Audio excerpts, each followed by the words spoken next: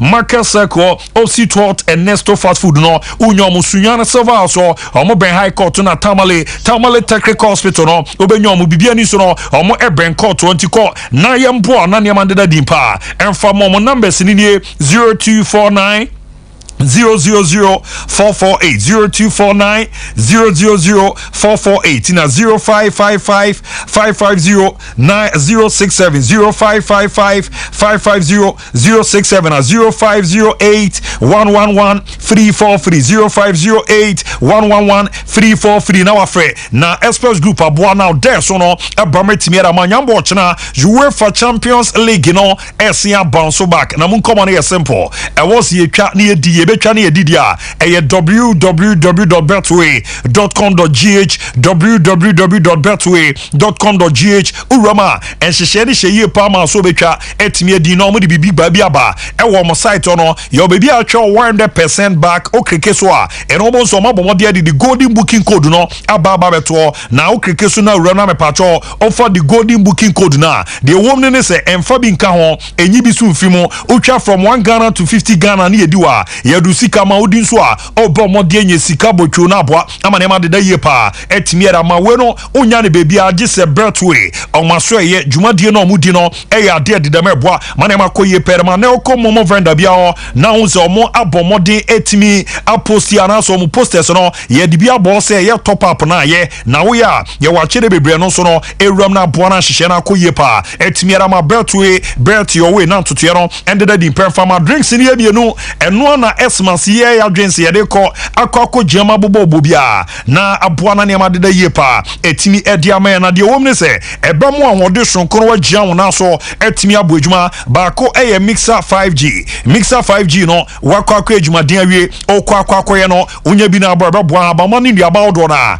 ene de anti cafe sen bia enso enim tunya bi bo a ebre na siesie onya no nko omo na de miso fruit drinks na ba organic fruit susu a ede orange mango apple pineapple melon and afre grapes intunya bi na ba on say de ye papa tine eye na ba abedi to na ba de dodo na eba baba be hia mu no e wo so bo modern akọ ekokọ jibi na eboa ma bibia ekoye kama so no etimi ede ema wa ede mu nkomo no ewrera mu so no etimi era manti no pedodo na for number ina nkomodi de bia eni mpemfo de zanse esmasi eno na ye didi 0246 270221 0246 270221 0558 10634 0558 Kwekwache Company Limited Oko Foridia Eastern in Potamo etia 0243 329414 0243 329414 na KF Kinju Enterprise Urwani Chemu no motel Swamia wo Kumasia Obomo na so no wetimi agi 0544 483392 0544 483392 Manage Daniel our 21st clinic ehia overseas Obomo na wajibi no bi kan supermarket to benyebi Mama Esther.com Royal Ventures Water Baptist University Ebuakwa OGB PNC Ventures soro ewa no manje taxi station OC Charity Hospital Junction no ubenyebi na Search Enterprise no ewa Asafo Abinchi OC VIP car park no ye boana ne ma de ye pa etimi era mana tatam so maminjia mu na fia mano ne nsem no etimi anto aso emfa ema padia ye shase etimi era fimu abibrema ne edidi nkomode enche kra ene baba beto dwase pempa ye friend Piso Mosimani a confirm say baby edu no enya de se coach no oto aso netimi abuadwuma edema award aboboko na ebetimi aboa no wadidi nkomo akra ene bizanse the latest offer baba beto no he fan okwa adwuma si baby edu no opese esmas onyamre edema na busuafo no mudi esmas no etimi ebomti offer biaba eba beto ne naso sesi ade a na chese esmas no oni abusuafo no etimi enko kohyiante no enkoma pempa na ba bonteri aba beto dwa no fiona rwani enso echema weekend na chese niema deda dia interviews awro na etimi ram na exclusive one etimi ram no eye interview a ram na chese Apostle Jeffy Asari Bomodia a legend ere Managerial man no wabo adwuma etimi ere amomo as a player say jama yedwuma ere amomo as koda pempa ye friend Austin Eguavon no ko ekokohia no ne no edidi nkoma na dedika no obisa ne ze ne obaba be ram Nigeria stars no wona so no moba ne ba be she colors na ya na modemo no enhyera enkoye na edempa ene nam so mane yesa nkomo sei era pempa do bomode adijai. They will not always be available. They will. That's why I said this is it's an opportunity again that has just unveiled itself. So it's up to them to take it because we believe them. We have a lot of trust in them. They're good players. Week in, week out, they're delivering when they're out there. I think the only difference here is African football is a little bit tougher than out there in Europe. Yeah, so they have to probably see how psychologically how we can work on that. I said, this is Africa. So when you come here now, you have to now, the attitude, mentality has to change. So once we can get that into them, again, nobody can argue that we don't have a good team. We have good team. And then once they can just change that, because people talk about us today is because of our exploits in 94. And we just, not just 94, not just because we were present, we won the trophy. And we represented Africa in the World Cup.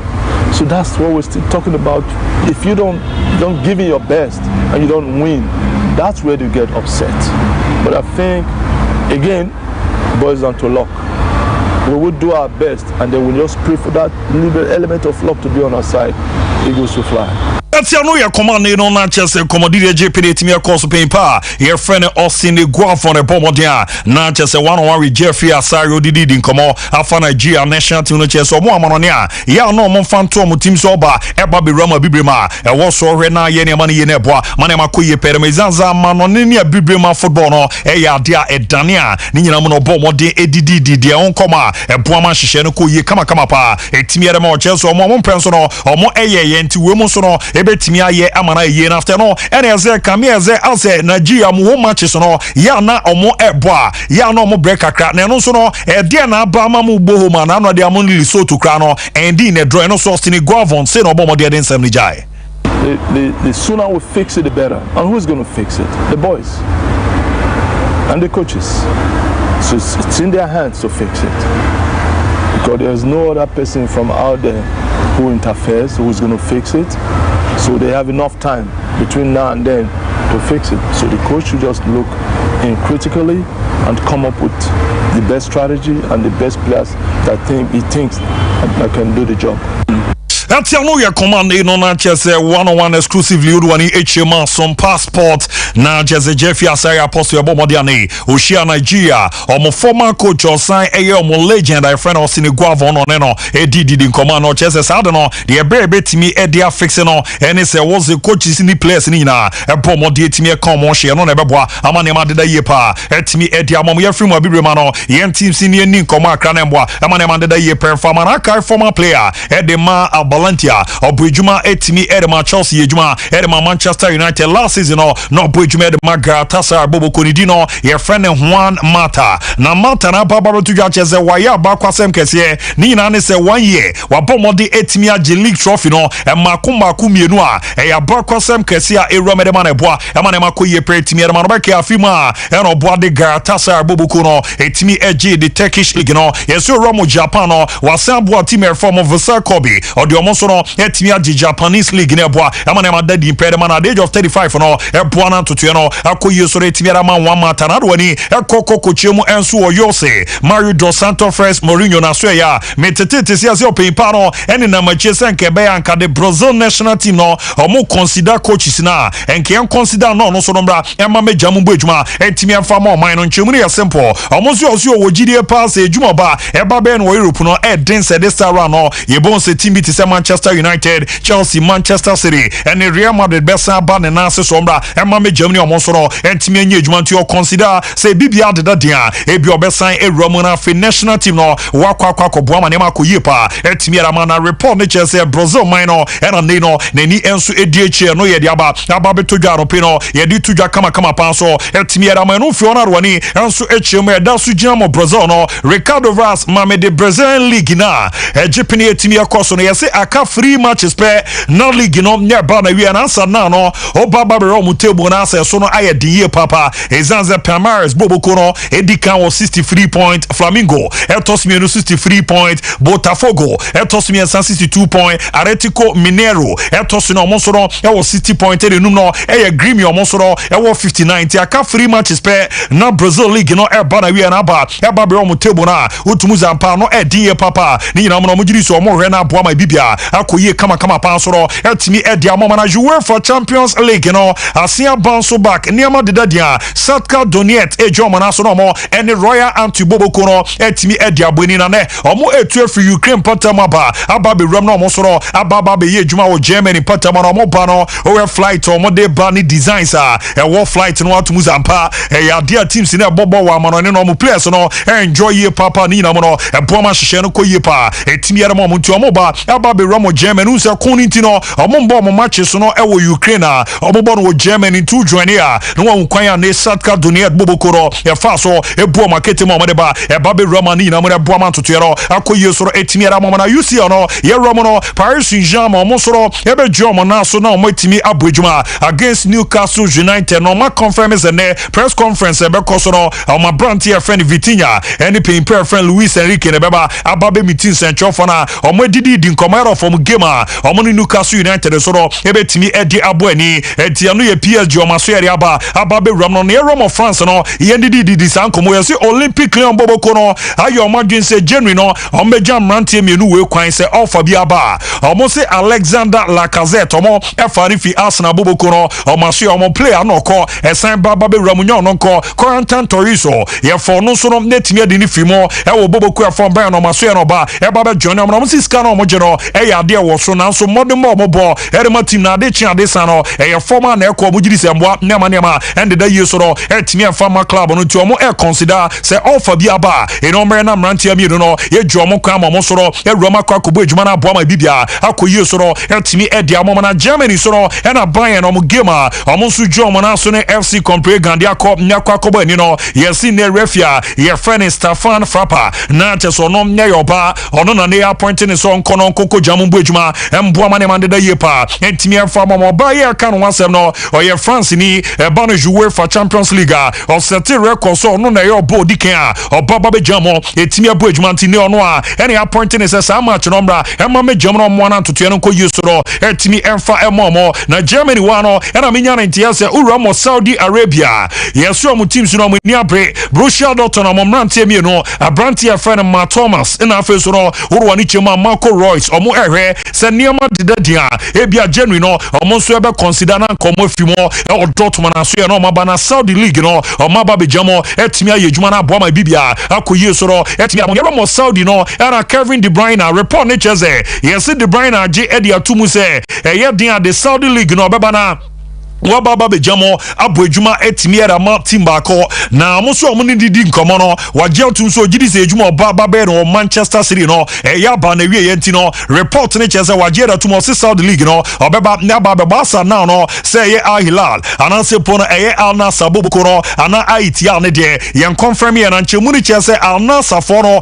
ene pushi se Kevin De Bruyne amra etimi ama me johnny omo nturu ani so no echemo England eno yen koma aba nya ba be todwa no pe no ye di Abraham na boa ma bibia enso akoye kama pa so etimiara mana elimpata moro ana ne nkoma bobo etimiara ba no echese akwara reso obo adwuma etimiara ma esimlan bobo konidi no ye friend Francesco Kamada obeke ano pana me ba nyaba be katro sa akwara no wenye mfie no maku dunum na ne ono na ba nyaba be the youngest debutanta oro ni chemo eternsi anima wa baba be rama bo adwuma boa amane makoye pre etimiara ma na melanfo no enso matete ti se teams bi mu ne na machira ye pa akwa reso no so nyama me jam no ne omo entimi ambo adwuma enti omo e consider se ne ombebo mo de no omo ne akwada na busuafo no etimi ehia at age of 16 no obenya 16 no ne nyama de dia on the 10th March 2024 no mo de etimi amane sign professional contract so no e de amo na boa ama ne ma de da ye pa etimi era ma akwada no tie no e de ababa to ga e de kama so etimi era ma na so no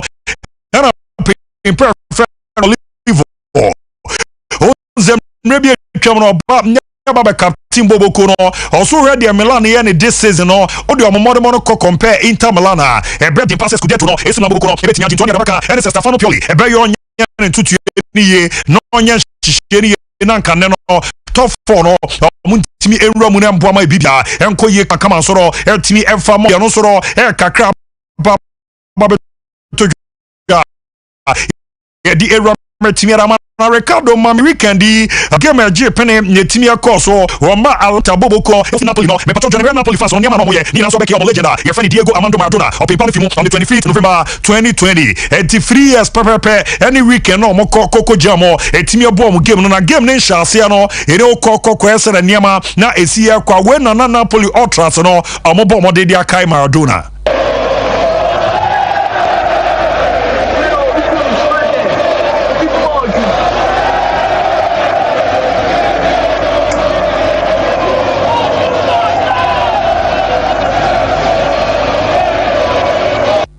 Atiano ye do wani HMO Elim Patema na chese Napoli fans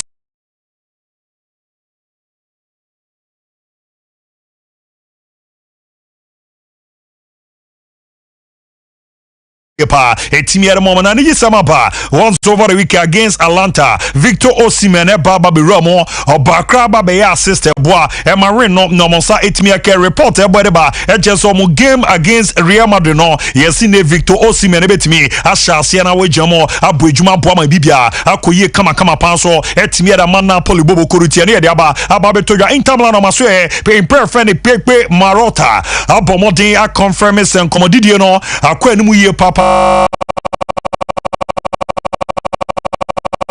wet me extend the area ma inte also one play bia ene o lead the juma no bono na ya dia ano eden kakra e no ye nkoma pimpa no area baba no fiwa yes Inter Milan no game mo kokoboti a Juve no me patro atieni ye na nkoma we ano eden pa ni nyina yes after the match no omo players no omo enjoy na emeza asem na ese kakra Ziasi after the game no amura mo dress room na wash room no o sere ho niam na esia kwa na ebiase ni na se no mo yusu na enye ye yesu pensu hye kra na no so no na edin so benye binti after the game no omo players no obi enjare no ba etimi aba fro car no ni nyina no enkomo no so no do ani chemo inte o maso aba betodwa no pe no me bo mo de na mate won abo ma bibia akoye so etimi ara ma ye Ramos pe no so no ye didi din komo no a but corona for ne bo mo de mo training no etimi ara ni yise no so mo goalkeeper ye friend Mark Andre ter Stegen etimi aba ndaba be training ye so be ready o game against FC Porto no obeba no waba be da post no aboa amane ma de ye pa etimi ara ma club ye form Barca ye sin no mo hihye no ma ye no chese 11 AM Spanish time no omba mo de no mo final training session no Ramo Juan Gampa Ciutat Esportiva after no na chese 12:45 pepe omo ababa be chance enchofo no mo didi din komana aboa amane ma de din pa etimi ara mo erotene lenke no zia sin ne chavi kwa like Christian Marquez ne beba na wababa be jama bo adwuma netimi ara ma Barca emu nkomo no chese se Juan Laporta cheke abrante no pa ni nyina na se no a reserve side wo bo modem netimi ye adwuma no otimi akoko committee no ne no etimi adidi din komo a otimi achi ankwara no ntia se dabi no e ba no se chabi ana ne se kwa o consider se reform Marquez ne beba ababa jama bo adwuma etimi ara mo na po ma bibia akuyara mo ne se no a urwani chemo Spain na TV station promo TV free na wo so moko any day co sporting director de Mabasa e kokodi nkomo na soro yes interview no enyamba so ni nyina so mo se asa no mo ni de ti a de co consider ese interview no obomode no soro etimi a cancel no ni nyina no e de abobere ba no e de papa Atletico Madrid so no ko akokoro mo Rotterdam na no pe a opin perfect Diego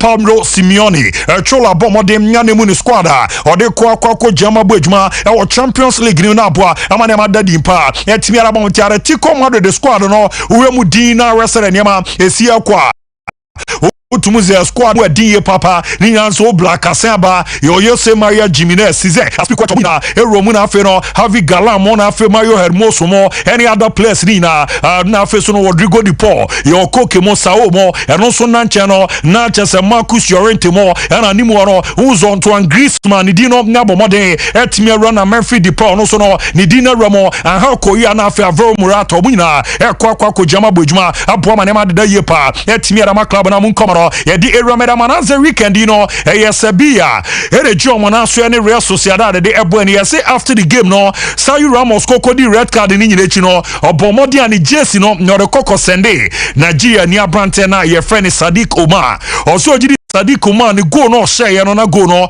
na no edendodo nti osefata se wo so bomodi na ni jesi no ono so etimi erema no nti no enkoma ba na ba betodwa Real Madrid aso no yes Carlo Ancelotti so jidi Sekepa Ariza Balaga Blaga se niema de Madrid for ne fa no next season or baba be back up e de makoto enye bad obuso oso ogidie pass nei Kepa upon modern pra wase ababak no e wo so ba no baba be take post no bo ejuma etimi adama club reform madu no mo se board no enso so mo hwe Andre Lunye ejuma Kepa pra no bo adama club na omo giri sa kwada no ye mana kwanya obaba be jama bo ma ne ma koye pa etimi adama team no ti board ne de enso mo te bebi no mo hwe asem ni din tie no e de aba nyaba be run Madrid for no enso mo gire se Rodrigo Goes boy ne form na ba ni na so mo so check ya ne last 3 games wa bono wa bo modern involve no in 9 goals ebo amane mada yipa etimi arama against Blaga o shego ba kom ne bomode etimi ya assist against Valencia eno so bomode ya assist mienu e shego mienu na nra against Cadiz Bobokoro o bomode shego mienu eno so o timi ya assist ti omuzo mu ogidie ze ne Rodrigo Goe ne form no etimi abebo amane mada di so etimi arama na Ricardo Mami Nacho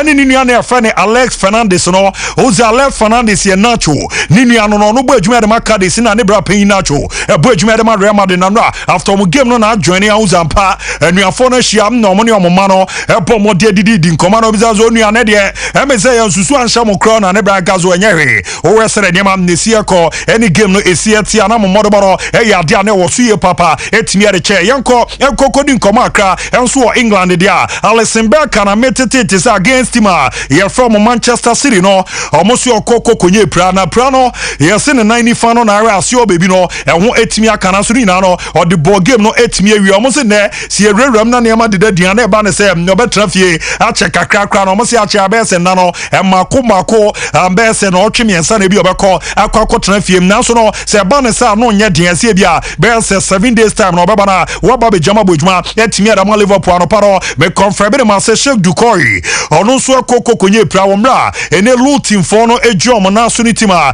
ye from Crystal Palace edi boani no anopa no me confirm be Chelsea pra no na 6 months ne metete see 7 to 9 months and a brantia ye friend Sheikh Umar Dukori etimi aba nyama be jamu bojuma e from Crystal Palace Bobokoro enye no kona fe Malimai no etia no ye nkoma aba nyaba betodwa ano edie papa Chelsea fo ani abre omuzo omu ogide se January no omo de be se 100 million pounds ekokoro mo Napoli aso yo mbe consider na Victor Osimhen aba nyaba be join omo eni omo etimi abojuma na aboa ama ne ma koye pa etimi edi ama omo ntie no enkoma akra wani chemo Chelsea ababa betodwa no edi papa omo legend e friend Gianfranco Zola enso akaso se ne so re Enzo Fernandez ya na nyamane kai Frances Fabregas ni naze also Renan Junior de bobo ni amo ye no the field of play ne Chelsea ampa Enzo ni e play dia technically no ne mbode ball ya dia eso ni ye papa tie no ye nkoma Gianfranco Zola bobo tiri aba nyaba betodwa na Manchester United for no asase e kasa ni nazo omo jiri se Andre Onana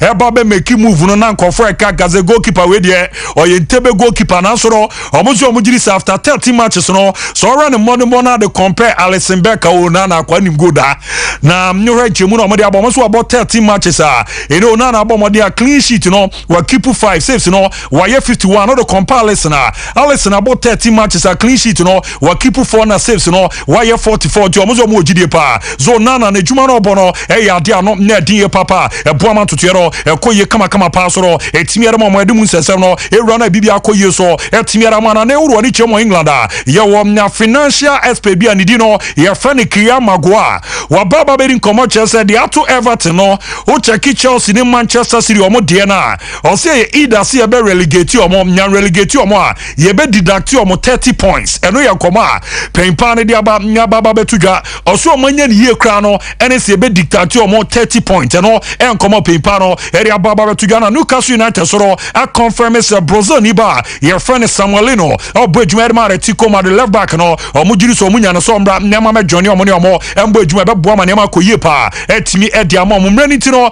ma me janso na ma no nsem no enkwafa pia den wa be yafo no e krado na mo Sompa sika promotion *256*3# no aba betwa di na boa na ne ma koye pa edi ama nti den ya ba pe de akebia to aso etimi edi ama mo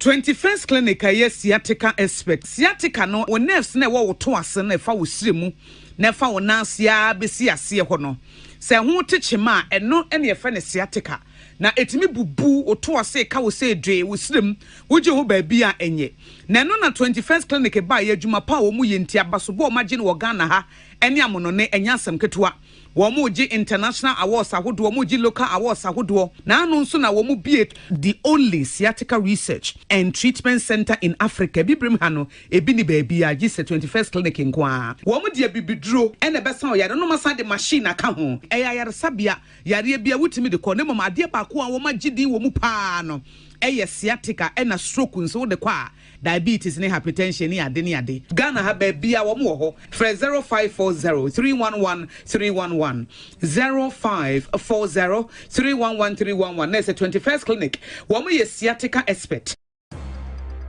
Wahese wako shop akodi dwa ahodo basket ma emu provisions ene nyoma ahodo ehia opa we delay musa edru so na ukotua nso a yakasira wo se untimi nchanti e me chance na ma na so ya keke na mom o de Vodafone cash dia uni how cry yakako bebia say dia untimi de Vodafone cash etua merchant bia or network bia so straight direct sharp enti say water provisions fuel inro iniane me say bia o pese wo ye bia no Vodafone cash ama na ye mremremra ma o hia o be ya de say o be dial *110# netua kakọ merchant bia ho e won network bia so enia Vodafone. Here in Ghana, when it comes to chicken, the good old days are back. Why? Because Boris B's Chicken, BBC, is here. Yep, give your family and loved ones Boris B's Chicken. Fresh, tasty, delicious. Boris B's Chicken is produced right here in Ghana by our cherished poultry farmers with support from the Ministry of Agric. Get whole frozen chicken, gizzard, chicken feet, chicken neck, and chicken liver for those special family meals, buffets, picnics, funerals, and all restaurants. Get Boris B's Chicken. It's halal, so everybody can enjoy. Wherever you are, call Boris B's Farms hotline 05 444 444 53. Ask for our branch that is closest to you and come get your chicken. Boris B's Chicken, BBC, proudly a Fiakoko.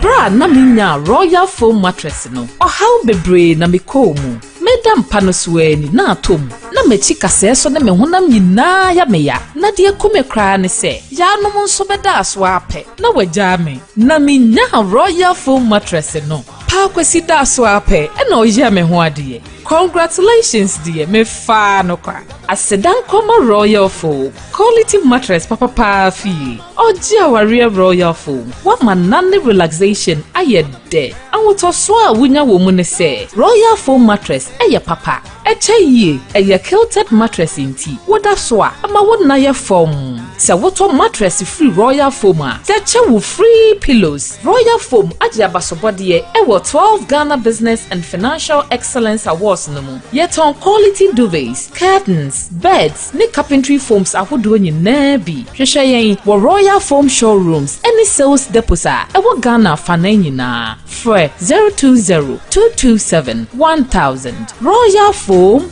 rest assured. Welcome to St. Andrews SHS. Higher grade A private SHS. Yeah, SHS courses ni ha. General art, science, business, na mwaka kahon. Ever St. Andrews SHS yeah, dinner ever pass. Osana one teachers na. Washa wando, discipline, no first one was yati. St. Andrews Riviera waha, supermarket, sick bay, barber shop, swimming pool, FM station, constant water supply and electricity. Admission Rukodo, Erichana Abadze, Pico Farm say, Warrington from our SHS 1, 2, and 3. St. Andrews SHS, what branches Big Piero Wagana, Sapade Paso Asia, St. Andrews, Saboko Schoola, go school Owens, Ama Paso Wasi one time. St. Andrews SHS.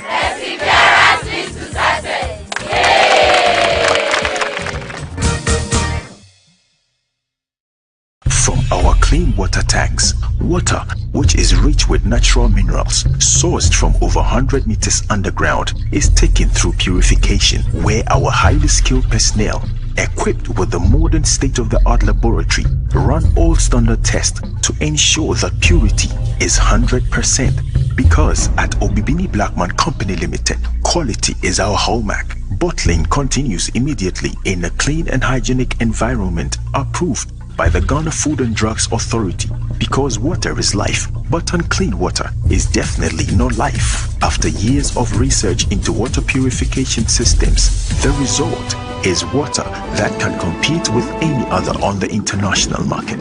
Stay healthy and hydrated with the new Zet Natural Mineral Water.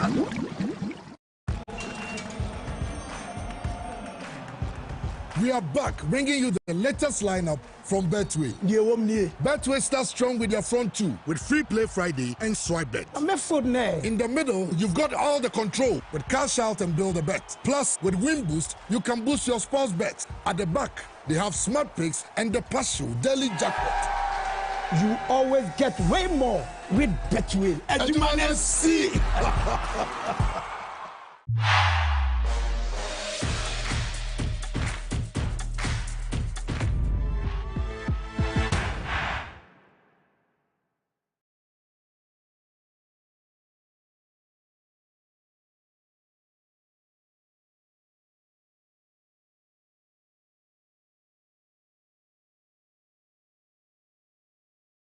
Ako Sompa Kumase na watwa gumusa ne ere anipa mienu meche ba ku bia 500 Ghana cedis na so no wa bomode na de ahwe hafa me kona meze ade ma shase ye didi nkan baransa na quick one on birthday special mo hwe ne yambo bobo so ntentempa na yanku anim na afie hwe happy birthday nkwan fama Josephine Obenewa a champion orwani HM ewo tilted Tulip Decor Institute orwani chemo ye juma wa safule ba ono wo tijo happy birthday Ramo and from na master Yamisha papa na de opibia emramo ntimi from ara once nembra na yanku anim ne hwe sere nema esi etie ne de area ma happy birthday nkwan from regional Brago Afrifa ewo Aguna DVLA a special one Ramo farmer from Wauni Akechi Obi ewo Sompa TV Yamisha papa Regi na de opibia so no emramo kama pa etimi from na fi Abranti efene Asmak Kwame Eji so no orwani chemu ewo USA Mpatama hona wakechi obi Caleb Kwame Baba ena wa mame na jeze chumamansa omo ewa de share market enu nuamba no yesi enko kama pen farmers market na nema endeda yesu no ntimi emfa ma na bibia enko kama special one nkwen farmer Ajua Black Mall Ajua ro ni chemo ko for idia eni yonso wa Ajua special one room farmer na yo da no nyamisha papa na bibia endeda ye kama so no etimi emfa emana fe Joseph Osei Doro afrene sports president minu ano no me afrene presido Asanteman TV ona minu ewo obo ejuma zo presido nyamisha papa bro na yo da no de opbi embra mu ntimi enfama ntima me ko na me ne Messiah ento az Messiah bibi aboko de nyame adomahwe ni experience abudia bibi afame chance no de me find the weekend is ma hwe goals ahwe go abagana chogo no maza anu edin pa o Ariandro Ganacho ogu oh anu edin pa ogu papa anu edin ba abudia bi mamen wo hye Emmanuel Intie happy birthday nyamisha no ofri so atrema Emmanuel Intie say so atrema FC4 no supporters ni bi ba kono no namu nti we show happy ba na me anka samadam fu ni menua papa kodu aha Chelsea ni onfa Chelsea ni agro kra masai body ni susu ni beti mo won nam wa so kuku arefo no that's ko UCC happy birthday papa kodu nyamisha na Chelsea no MC BCC ye dia MC weekend it was a bad week for you na you will be for the best and famamo Abu Dhabi weekend of crucial encounters. I'll be quick enough so the bit some of the key issues that happen in some of the centers and they're very key after so many years. Walter Mazzari comes back and the first game as the coach for Napoli wababi jina bench ababe coach here their mom now they're funny enough near said the last game or no boy Eddie Free Napoli as at 2013 no Olusu that game by 2-1. This particular time around, Wasaba back now Oba be beginning to reign as a Napoli coach BMA. This time when Lusu by 2-1, Adani Amanaba be winning by 2-1. Key aspect of this particular encounter, and he said, "Dear no, any different aside the Garcia in this particular 18." But what I saw this Napoli team do, no, then so far big difference between the Garcia here with Napoli team in terms of performances on the pitch. But Adebayo is show here resilience and maybe be a new coach syndrome. So wabano a fresh and every single player will love to impress. So the energy and everything is there. But baby, I'm never born a basu yepa in this particular game. Any changes are here at some point. Victor Osimhen, then Elmas. Omumi and Sa and a bit decided he gave me more winning game by 2-1 because I just interfere and also intercepted the pass and if you're Moko. Pass it to Victor Osimhen. Victor Osimhen assisted Elmas. Then Elmas ate me pre-born the two and let me the more. And another positive you can take out of this game for Napoli said this season they were struggling to beat the top teams in the Italian Serie A. Yahu Sompa struggle against Lazio. We saw them against AC Milan. Yahu games against Juventus, even against Inter Milan. When said they struggle against ASF teams. And Abu Dhabi this time, Romania results are very positive. Kvaratskhelia had an opportunity to get the goal for them, but Kumenes more try said they will stamp the authority on the game until Victor Osimhen was introduced in this particular encounter against them. Bono etimi tonet mani kama Emma Napoli winning by 2-1. Good start for Walter Mazzarri, and I believe so because so I and Yoma Brahma Nakoso di Napoli. Then Yabako had a derby di Italia. Now, San Derby the Italian, I will make term as the game of the strikers. Because Dusan Vlahovic the impact in the game, they're not about Lautaro Martinez. Also the impact in that particular game. Now, Abu Dhabi Dusan Vlahovic, Nyoma wa fem ni injury situation. Cedria also acquire na so tetare ho aso hunu so kwakoye. Then the summer tussle between Chelsea and Juventus when it came to Romelu Lukaku, any striker be replacing no. We saw that Dusan Vlahovic was at the heart of affairs. Emma Pochettino Mokra ka say on no pan eba dia na omunye sure so betima signing na mana yi. And our prices are down so no. But he's still proving so a very important player at this particular Juventus side in terms of the level of consistency this season. And we had the number of goals I watched and the movement, the hold up play, and he was so much influential in this particular game. And everything good from Juventus side up front, you know, it was through Dusan Vlahovic. Said the obesity also. Obejibo on the ato, Obe link up with Kostic, the crosses that came in, the chances creation, and in the BBR was just on point. Then on the other half of the pitch is Lautaro Martinez. That goal by Lautaro Martinez. The last time I'm so be such movement, the Ashe go Diama Itamla was Maro Icardi. Come far so far play and net chibe move bob on the two net through that particular cross no was superb. And Obetia said the entire Inter Milan bent on renewing his contract. Any dan me begina hanom bedi ni one dance say wo hwe Milito dwumo be ma Inter Milan no ogitumi say Lautaro Martinez betima ye bi na me gitumi. And he's proving doubters strong, especially at the World Cup. One said a good tournament do okoya na do na gitumi say Alvarez mo bo tournament na the chain no. And all of these things na Abu done the bad this season. Look at the goal by Dusan Vlahovic. You see strikers goal ni 91 we say ya abo ne ba ya pa na dem need them, and this is what you want from your strikers. And the celebration says it all. Some more kasabi but here you want to pitch in so to no buy a calm or any says and one of the biggest games in Italian football, and they gave us a classic game. That's why I say go nenye be a 3-2 4. But in terms of quality, Abu, I believe this game gave it all to us, and Mijitumi said this will move on from Dusan Vlahovic and Lautaro Martinez, build upon their confidence, and in the near future, no, be sure so omubetimi amomu teams no results. Lautaro go the beba mo how sitting in the 9 room and share that particular goal in the Inter Milan. But Inter Milan nankasa me Simone Inzaghi dia this season Abu Dhabi. Let me say omo conceding rate ne ya was soro kakra as compared to last season. They need to work on that because Lautaro Martinez go. For defender anymore. Only who she only on the Nikuzi. The same after Moro Icardi. After Moro Icardi, she movement. We are defender no cry. We are no cry. We are no cry. The level of intelligence to move into that particular space. And Abu, I must commend Lautaro Martinez, and they must work strictly on their defense to make sure somebody make it a lot of clean sheet. Now Abu Dhabi ebe moving on here about PMOye England. Now Manchester United ne Everton. Game na nkasa na many opportunity and heard the full game. And I don't know. Me ba na me sa tena na me sa hwe game ni bi. Now they tell me be hwe game ni bi no e conform yensa. Oh okay. The di kan Alejandro Garnacho because the goal na a talk of the town. So I needed to watch very closely the movement, the difficulty in that particular position ni kon fast so hit a ball no. Then number 2 Kobe Manu. The first start and I say because the debut for Manchester United in the Premier League I was starting game their moment. Then Gerard Brantwaite. Everton first young centre back. Yeah. And also be ni di. But me Garnacho go na. Cross na kasa Diego Dalot boy no more cross ni. How? Di.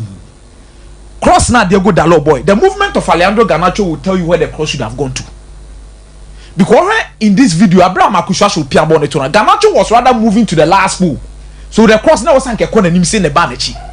Wow. So Garnacho needed to move like also 2 or 3 steps back. And na ma go no. What's your cross be on my team bona see usu say. We etonachi. We etonachi. So to calculate those steps, come back and strike that ball at that pace. Abu, let me say Puskas award in the goal of the season in there. It's too early though, but this is one of them. The positioning, the space, and the confast so hit ball no movie 1 2 3 4 5 then 9. The angle no so a ball no kose. And Abu, you will feel say Garnacho on the day did not have a good game. What I heard one be BIH say Garnacho did not have, but these are moments that you relish as a young player. Usi akan in the EPL. And Abu he did it. Then Kobe Manu. There's something unique about Kobe Manu, which is Manchester United here preseason say Eric Ten Hag wanted to build the team around Casemiro, Kobe Manu, Bruno Fernandes midfield partnership during the preseason. The game against Arsenal in the preseason now when you team started, what we would understand say Kobe Manu was Nipa and Ten Hag and just ordinary building up play from the first phase. And your man Eric Ten Hag will have to build from the first phase with Kobe Manu in the midfield near say 1 good composure, number 2 more things, and number 3 the ball retention or quality ball retention. San your mommy and son and Eric Ten Hag did to me say he lacks experience whether you like it or not. And I did Manchester United supporters in front of me say Onyanruho he's not there yet. A potential and a show in terms so the level of consistency and hard work. And a bit mama is stable within this particular setup. But Emma, he showed signs as to why Manchester United Academy new coaches na a value no so be quality player their mom. Look at the me use the word toxic, but the environment Everton supporters can create for you. And he was there. And Abu or Jebo and the control under pressure, 10 pass, movement, anticipation, especially with Bono free line or so. Quite many of us who say born I dey pim about Bedru Sassis or some smart Everton player. And you look at the composure under pressure and I feel this is just the beginning for him, but they should manage him well. More man the pressure be brave. On team carry team we on the shoulders. He's not there yet. Now Gary Neville the year could not here. Gary Neville asked him na beken. So her Branton Idia will look more like a Manchester City player. Nobody could do to him. I didn't know Kaza. Also, Anna pep players are typical of quality ball retention, composure, and patience. Something the money cast as him. As a one of them said, Dayaka crowd. And Dayak, she born no clear free line. And the composure and Abu, I feel say this is one particular game. Manchester United made a lot out of it. I've seen Manchester United get a lot of XG in games on Mulusu. But as what is almost in November, the coach of the month. I said 3 out of 3. 3 out of 3. Consider. Yes, Musu Nana soon go that chain. Oh, can be on. Babu, Gerard Brantwaite, no. Game no Mulusu, but he was Everton's best player at the end of the day. Small boy. Yes. Vaz, who began to start to be there to Swamaya within the game, ground duels, area duels, passes, and also height. And to have an English centre back have that level of me made the number to Obia Abu ground duels when Lusuba Hokrao. Obia no Timothy no park so. Area draws 4 and Okoye mu 3 wini. Possession lost 13 times, was fouled 0, touches 68, but accurate passes 80%. Her long balls. And Abu, you feel like this is a player molded in the version of what they need to do England centre back there in terms of the composure on the ball and passes are. Any area draws now go for Harry Maguire. Hey, Akomia. Oh yes. Is that what the Maguire example? Now the Maguire no more pick that. Then where there you call on the Bishop over and call winning Bishimana. Manchester United target near so many Branty with Nababe show. Wow. And Otimibo as a right centre back, Setimibo as a left centre back. But he is quicker enough than Harry Maguire when it comes to pace. And Samri na obo ne kakra na be kakoba beduru so. Na no na Postecoglou te one man Abu Dhabi. On said the be kasa asem we say injuries will definitely hurt your team in terms of the style of play. Postecoglou ba in the first games wo sheko dodo na me ebi kra ka che say oba no ya de chen club mo ni Gadula moduma ni Ten Hag moduma ni no mo ye England. But until you face situations and it comes down to you to solve it. On the fullbacks and quite a ball fullback ni na yes. And you question said didn't na wo Eric Dyer now they Emerson Royal be as a centre back. But on the coach with the why be am say clearly onje Eric Dyer ndi o. Debi. Onje ni ba kra. But oyo omu team ni injury situation na em so omu nyamre. Afi no bebre pa. Omu next game omu go etia Manchester City. And Oba be bought 4 fullbacks against Manchester City. Abu. But o dani table no na akọ how Aston Villa season ni City kwa. Dodo na ebo Unai Emery abaso, but I believe one player who has made everything work for Aston Villa is Douglas Luiz. Arsenal bet na say na show mu titi dey into man signing advantage during the last minute of the transfer window. About the January still almost on beba. Abu Everton Aston Villa nyane ma oda. Bona Douglas Luiz dey bomb Aston Villa. You can't. And this season Douglas Luiz has even performed better than Declan Rice. When I'm at no ya down for then that's what I say.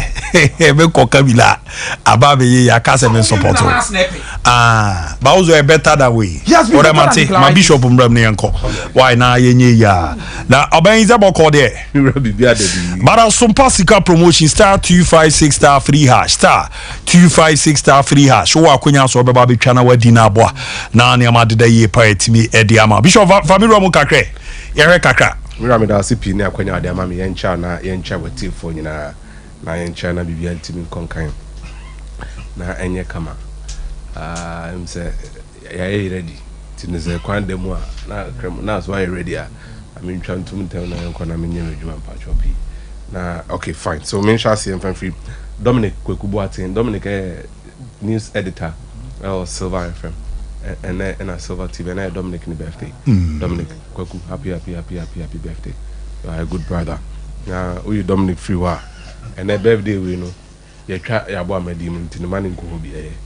Now Kopima referee Sid Dida said we no Sunyo. Sid Dida on a deputy national instructor technical for referees. Tene we should happy birthday referee.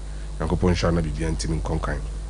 Me no mention dan chebe but weekend no never because so I'm saying me clear be free off.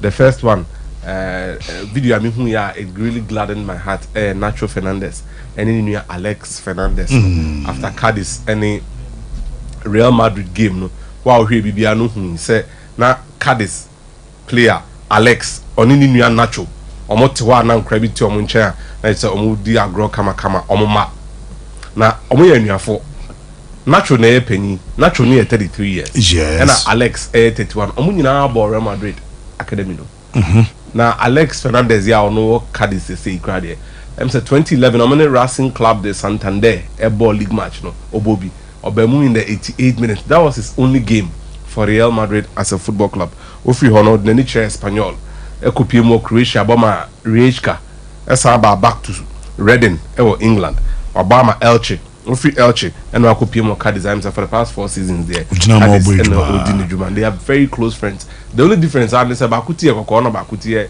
Tuntum. Alex Fernandez need to know because Kokoka Krawuma air free. In Yakonya Manchester City and Liverpool maybe after say Yakudi Chaneri no. Now I'm saying no money BC and say and share them. It's only very quickly restored. Trent Esha in the go no. So the no yes shut up and I keep quiet. So when you see the pictures, and it really moves. First one 66 Natica and I'll catch Manchester City for say Obianka Nanuntum. Normally Kaobuka say been a mabeshamun Monkamanuntum. But this one had very significant cultural relevance to the fixture. The next picture Ojino Monim no Muye Bibre and no catch them Sakra back no. And I catch Manchester for and someone come on to. Before our go, they were singing a song in the stadium, Feed the Scousers. Now Feed the Scousers, and then try singing and say Liverpool, baby, here pa Intiana come deom. Oh, okay. You know, Man City fans net to know. And here for number will come for number, Momo Medianili, na kwam edio.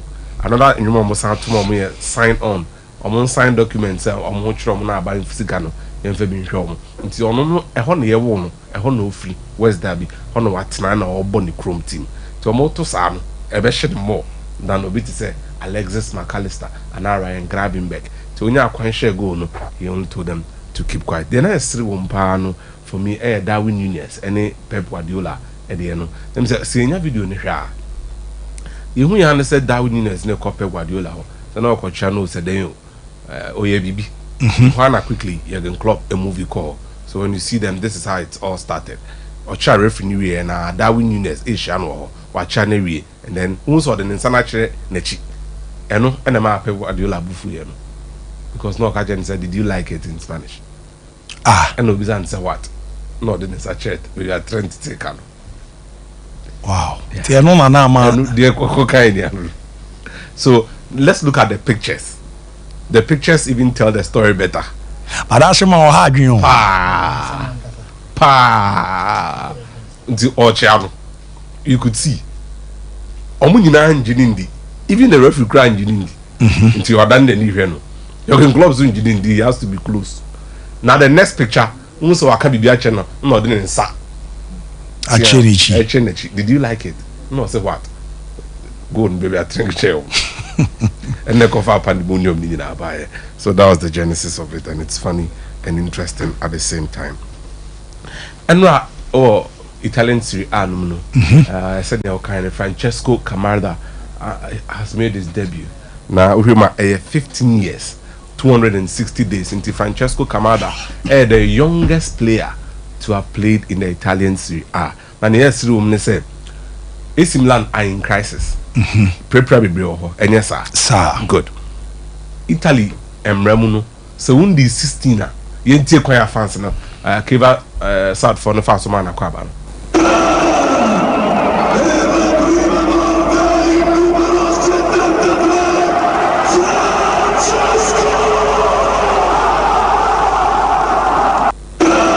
Francesco na stadium ni na ejeso ano akra no rem na no 3 at 15 years 260 days is living the life.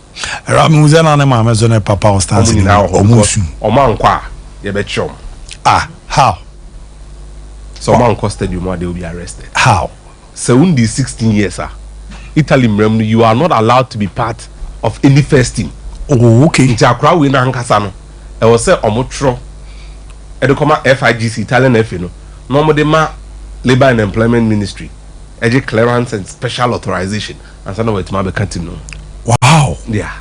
So no mo ye no. 16 years I want to mean funny mobile ni bi. He cannot be part. Abi o na no mu a child labor as. I mean for obvious reasons. That's all we pass him case in Jaba. Go school ni adin. O de na be jina azo mo bo. Ntu here em say bro ma akwa we nsem no. Ye ka se ye kan ade be chi esre. Look. Okobo under 9 tournament e Vienna, Austria. Obo no mu hu so we pra. And the coach so any film and oba no beka che coach ni say ompra ke say on o ma ne moka kra bi ni asho mu 2-0 to oboka kra ka ho no wayi na film okoy no ko share 2 goals they take can and also provide assist momo win 3-2 in the final against Bayern Munich. Wow. And then he's the youngest Italian goal scorer in the UEFA Youth League. Says UEFA Youth League. Omo Newcastle boy no share 2 goals no. Obo UEFA Youth League. Oh yeah, this season Obobi. 50 years. Yes. Hey. Italy no under 15, under 16, and under 17 at the same time. Accra win. Francesco Camarda. Or started no football square now for AC. No free no the bar Milan team. No so uncle boy chiri na hu susa. Now no also there chiri no defend the ball no. Oja no twetwe no de aba. No abehye. No mo si there be no me man akọ animu. He's been full of goals. Accra we ebi adjusting no and amani mo ayedu and ayebibi. UEFA Youth League he's the second youngest goal scorer, but for Italians he's the youngest. 3 years ago no we did 12. And here on Ibrahimovic, it tells you a distinct picture and story. That's Kamada. Wow. 3 years ago. Yeah. On this Zlatan. Yeah. You know, I mean, it's a special moment for him. I met Chelsea and Newcastle match them. no so them say later parts na me yak kakra hwe phone no so a chim by na me hwe full match no and through Bruno Guimaraes was a maestro in the game. Oh, your more juma pa. No, midfield there's no more park in this no combine the two teams. He was the standout guy. Now, this is the first time at Chelsea.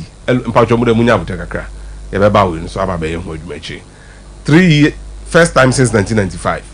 At Chelsea, winning 3 consecutive games against Newcastle. Meaning maybe a normal result, but in 3 consecutive games they are winless against Newcastle, and they won 2. Strangely, if you say the how, Eba can as Newcastle manager, Omun Lusu sa 3 p.m. kickoff ni bida. Omun Lusu bida. Ever since he became Newcastle manager, and that's been interesting. Now, Neman yesterday say, look, on Bruno Guimaraes, say started project. My favorite to me used to video. Bruno Guimaraes was the standard signing from Lyon. Say unya player bisa, you expect him to do things. Now a match with Munangasano. He was the deepest of the 3 midfielders. Only Penny Bako and a crab Bako na nebo. On one crew ni Joelinton and a Lewis Miley. Yes. First goal, no assist. No. But you see, his control and awareness, even in tight spaces. The night can't ball now, he's moving it on. He affected this game both in defensive and offensive areas. Or Wichra, or how. Or Beni Muswa, or how. It was a proper maestro's performance. Or J ball now, it is moving. So on one movie, nobody in a movie, he kept them thick. He really kept them thick. Look, open na ebo ball. Baby, I would love to see him in a heat map because he was everywhere. A real maestro's performance. So the mark cannot perform say no men na me wa hey. Some person bobo na this emoji film him or tackle one moment he's playing a pass that look at him. He's look or yom weduma nkasa or yom weduma to say look, this is a proper midfielder. Our energy say ne ball no be Bobby. Ugo Chuku ya kra. Until there is no way out you can even push him to that level. But even Enzo Mu, Kaisedo Mubaye, Galaga, look there be baby everywhere. So look, akwa muntu musika ngui. Then you ask yourself, didn't you know this £80 million clause in the renewal? So then eventually somebody look, baby oko short, oko long. Look, he really did a good job. But I hope he'll be more consistent. Now it pushes me to say if I can get the statistics. So new game numa from last season, Mrs. Sabri, now Bruno, his and he said only on. It is saying I'd love to see the statistics now. That is it. Now, say Bruno Guimaraes Nibobia 19 games, win 11, draw 4, lose 4, 58% win rate. Say Omobia in 33 games, win just 7. Wow. Draw 13, lose 13. 21%. Yeah. And the win rate drops from big 58% to 21%. Mary or Morocco. Na mi no. Coach Morena Ramore Boli on the Junan Galaxy for no coach. Yen require sa Botswana for ifa so call park ne so. Mohamed the FIFO. Yen ti kakra.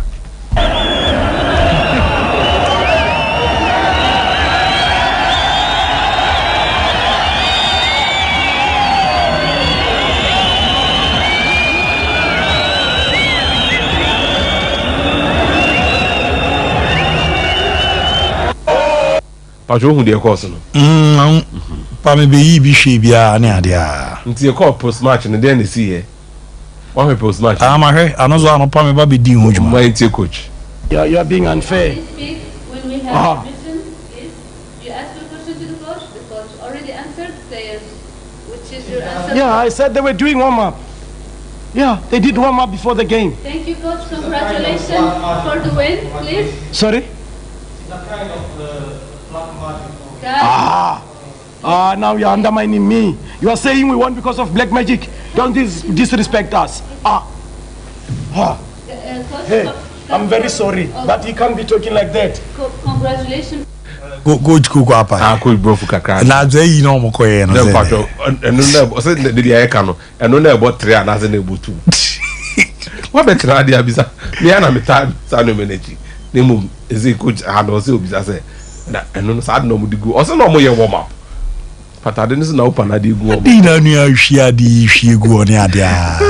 Bana ye ya. About okay, me shall say weekend in here. Oh yes. We no the baby room kakra. That way that work TV ama about one of we akwa show mo. But some policy can confirm betwa mesan ba. Star 256 star free hash. Star 256 star free hash. E chebe bara ma ba be me draw no di kan. Ti 5 Ghana cedi mun twangum sa Sompa Kumase. Twadodo na be di na me che nipa mienu ska. 500 Ghana cedi ti star 256 star free hash. About well, first of all, me weekend was but a bit tedious. Me ko Accra for a go interview in Bayern and Musako and Swatre and so very interesting. Yeah, interesting. Now, what TV man bought one and 4 weeks go show me? Well, journalists now obisa question. I don't know, but sometimes we Juma don't be too fixated to your country. Papa, Morena could met Ramoreboli in 2021 historically qualified the team to the Champions League. Wow. Omo group with Esperance remember Tuswa. They were in a group with Esperance, CR Belouizdad, Etoile Sportive du Sahel, ENA, Omo, and the only point they had, this was the table. That was 2021. The only point Omunya was the drawn game against Etoile Sportive du Sahel. The same could not qualify. Oh, okay. Now that is why I'm saying the journalist said yes, or a parochial. This was a coach this season. Vipers were in the Champions League last year with Coach Robertino. I never Simba. Vipers, Nipo Vipers free my coach we. Only Vipers free. Yes. Now beyond that, Orlando Pirates, the Honor goalkeeper Goichion Poco, a displayer, 3 saves. He was the one that booted Orlando Pirates to qualify to this level. That's the only major man. So, I mean, Sebeo, superstition, whatever, I want the role. So I don't have a problem. But I'm saying that coach, why Juma, I qualified into a group stage. 1 year there, the team has, with the same coach, the team has improved. Give it to him. Look, WAC knew said game way they were going to win the game. WAC Bobo. WAC had 80% possession. They had only 20. Almost conceded possession in your mom. They made sure almost good goalkeeper. Remember umpire said Ebi Obeba on the top African team. He's a top class goalkeeper. Ushomuni Pirate, no sure or no, he made 8 quality saves from Zakaria Drawi, from Mohamed Unajam, Muntasa Latimi, Hakam Busifiani, Yaya Jabrani. He made saves from these are top players. He was goalkeeper was all over the place. Obejuma, and look, they defended so well. We are resilient, we are disciplined, we are organized, and coach me Bonabasu. Because for instance, Hakam Busifiano, one of the very quick and intelligent wingers. Mwagi Seychelles, a uniform crack. Diana say Ntwawo Obenwo. Opa, for 9 for bonus on my uncle. Because of principal go easy, you can't on fast press him. A mistake from Jamal Hakas. Dinechia no man. Dinechia, I know about back pass. Taban Sensini. Vipers, Taban Sensini and the mommy Vipers stream. Emzo no star share special goals. Ena Taban Sensini share we. More foreigners from team nana. Yes, Damian Mensendani or a Zimbabwean. Oh, okay. He and then Umu said from the bench Wendell Rudolph of Namibia. And then you also have Cleopas Dupe. Now substitution, no, second half, no. Who say a more player, Dr. David on the ball 6, and then Percy Moore on the ball as 2 people. And then your coach is a Percy Moore or Yejumano. Percy Moore dealt to Jabrani. He was tackling him, making sure because coach now say everything about work is Jabrani, and TSO be Jabrani Wejuma. And Percy we are another fortunate to Larry. So fortunate to Larry, so need the answer by 45 nakano. And they did so well. Taban per NS striker. he made sure Raplatepeng, who is a very almost best winger, he was defending, he was supporting Seleshi on the line. Daniel Mdensani, Zimbabwe, so he was making sure Benson Magugolo, he was defending. So they were defending so well and very narrow, difficult to break down. So and the substitution helped a lot. Dube came and played a very wonderful role. Dube role was take on Mohamed Unajem no very good right winger, very experienced. So let's give it to them. Ankoyi Amawak, Wak will come back. Look, Asek, Simba, and other team, Wak will bounce back. But just give it to them. First ever victory, every Champions League, and then having it in the home of dreaded home like Wak. So my idea, young bomber, but journalists know that. I don't just tolerate it. On my idea, give it to them, whether black magic or not. It's not the point. The point is that we Medipa, Moroccans, Medipa, Egyptians, Algerians, Medipa, Tunisian, Medi. But moment where your moment, you enjoy. They are surprised that Sebu and yet team Kesiebi na beshomo. Joanan Galaxy, Botswana. This is history. Sebi, yes, and I applaud the coach. He's a good coach. Tactical, he's a good coach. Or share one, Ewofi, and a pirate share one. Are we? And I'll catch move before the game. Say, obey pirate a free. Or your own free. ABL, of course, ABL on the GD. I don't have a problem with that. I share ball, Nakasa. I also back pass with party if you want to. I will need you only a piano about the song. That's all your mistake. Oh, that I can't see it on this agunity. I'm all over here. Oh, the hello, Fabo. No, Chino. Oh, yeah, I only asked me a car for chain. Oh, my course, your chain. Okay, yes, a J. Hey, you know, Pijanity, ta. Kodisha, hey, no matter it doesn't make piano. Oliver or Sabo Pai. Yes, say a league, you say, Uncle Pomuni, you must have Bompai. And the results be on Tia Beba. Send a BC on here. And Tia baby. Now, so that's a good one, but. We ama say Simba near sec draw on boy no and Abwa Wak of Morocco. If one of them are won, then they didn't come. So now who come home, you have to be very careful. Now, Mamin call Esperance de Tunis near to us for this because that is a top derby over the years. That's the biggest derby you expect in Tunisia. The second biggest will be Esperance yes Facien.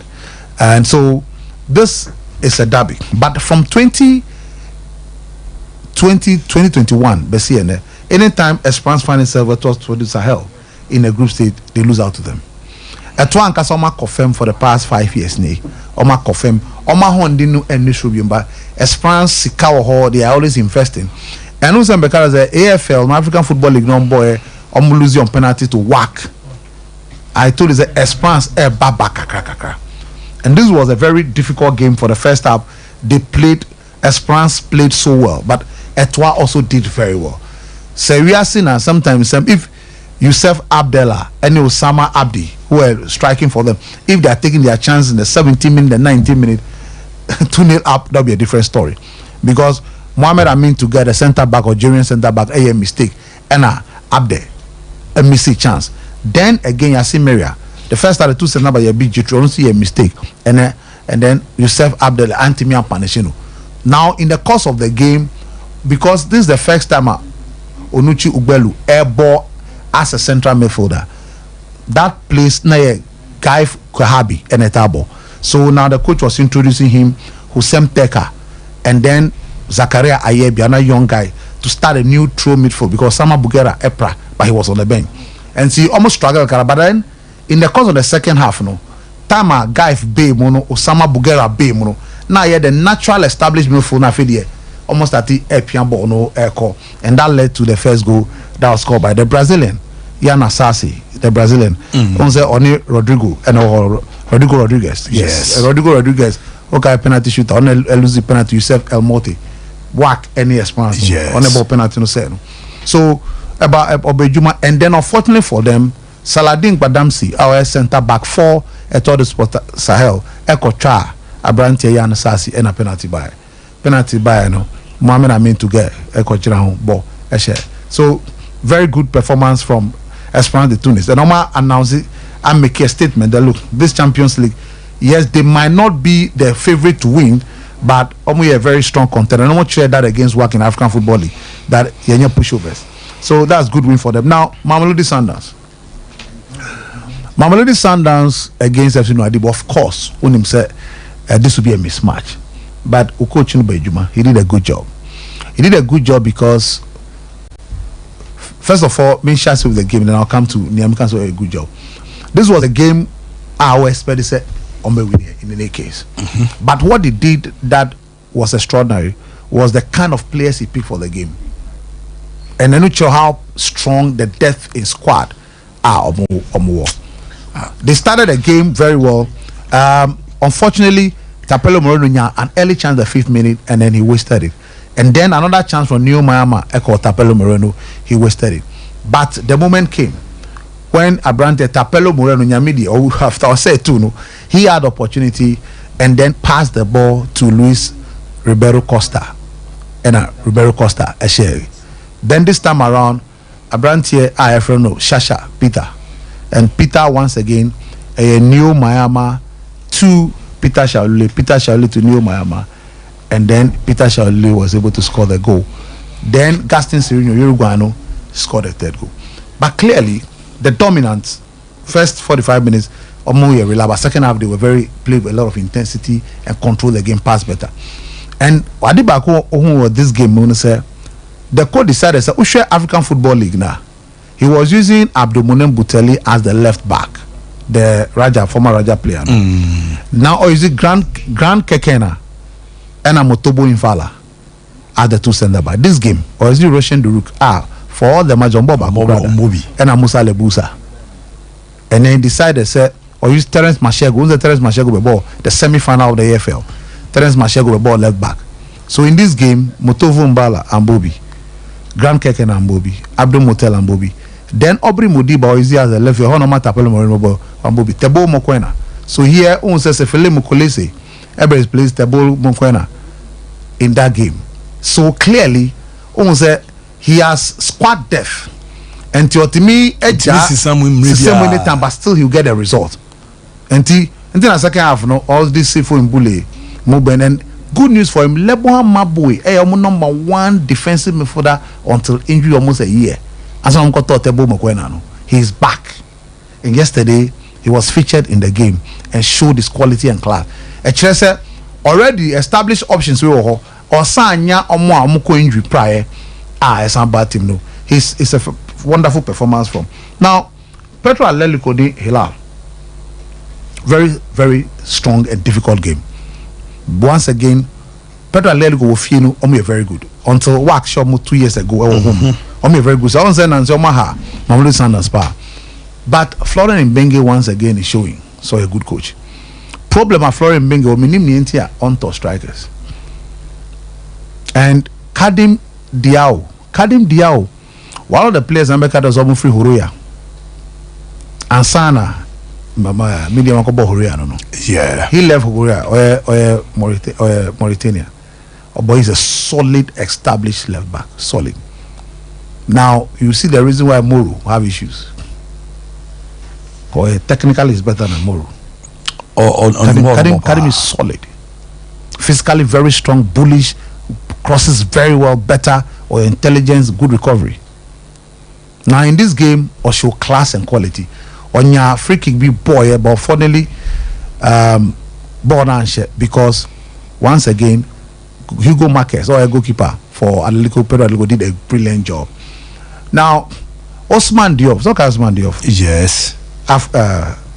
Chan. Osman Diop, Senegal centre back. Yes. So he's there. He's also only Abdulrazak Atayeb never centre back. Oh, okay. Yeah, for he's there. He's playing so well. Unfortunately, Ghana for no, they had a wonderful first season in the Napoli in Sempi, but they did well. But once again, Pedro Atletico Chirese at home they are forced to reckon with.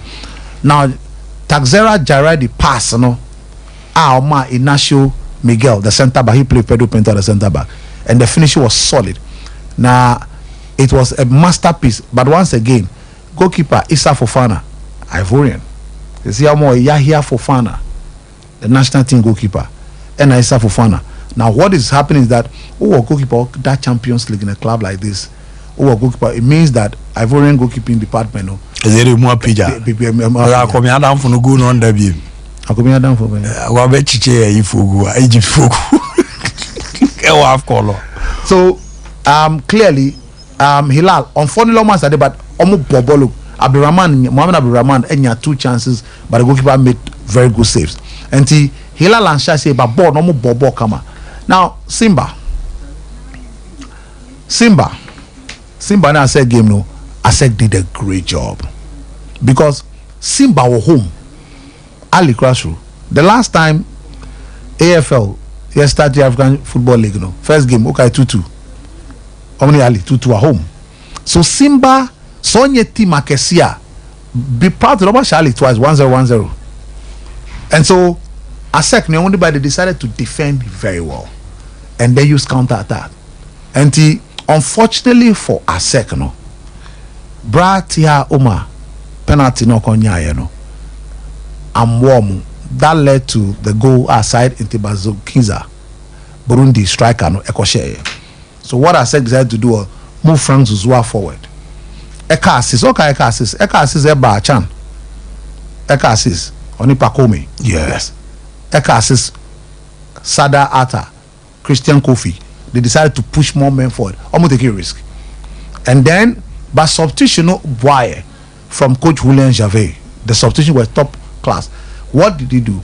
Or the Darusuba the men Ebemu, and then he also brought Boy Wesuba Chanobi, Sankala Karamoko, Oba Chanobi, Chanobi. Yes. So when the wonderful pass, and Odima Sego Pule, or GNO, he beat the goalkeeper to it, and the ball was in the net. And I said 1-1. But after that, Simba, Masajai, Luis Mukisino, Shortini, GBA. They did everywhere. Cluster Shama, Ebenya ball, or boy, the goalkeeper saved it. Moses Fury, the 2 Zambia. But at the end of the ASEC was able to pick a point. Now that is very important for ASEC. And a way point. ASEC team way I feel almost some Peja Kakra. I bet take your more time. But this point is valuable to them. And the remaining home game they are going to play against WAC of Morocco. The remaining home games, almost to me, a year big Accra. We might see something small of ASEC, but ASEC any team and this CAF Champions League, almost touted as a team that will do very well, no. But I believe that this point will give them a lot of confidence. Simba have to wake up because near Juanen Ayeno, they're in the same group. Juanen, Simba, WAC, ASEC, they're in the same group. Near Juanen Ayeno, Ama 1 year careful. WAC. We need a home game. It means that you have WAC qualify. WAC of Morocco and Juanen qualify at the expense of Simba and ASEC, which will create a shock. Because of that way when they've won there. At home, trust me. Ome Timia share Bakum Yunubi, and that will put them in a more historic mood than what they've achieved so far. Alonso Mate, ma make kind message in a crame na mona fiembra. And my befia, when you see a bear, so your batches la, your coco boy, medium and dreams FC. Now, hey, Ghana. Wisdom GHI guys, thank you for the job that you are doing and this morning. Wisdom from Akuma, and God really bless you. And I say, Kwabna Esieno, Akomia, please, your next match is against Newcastle United, so relax. And yeah, you got United fans have been delusional. Everton are a blocking side now, after their points were unfairly deducted. And here the Bababi Ramon Dominic Pepra Jesus watch you live from Dunka on of it.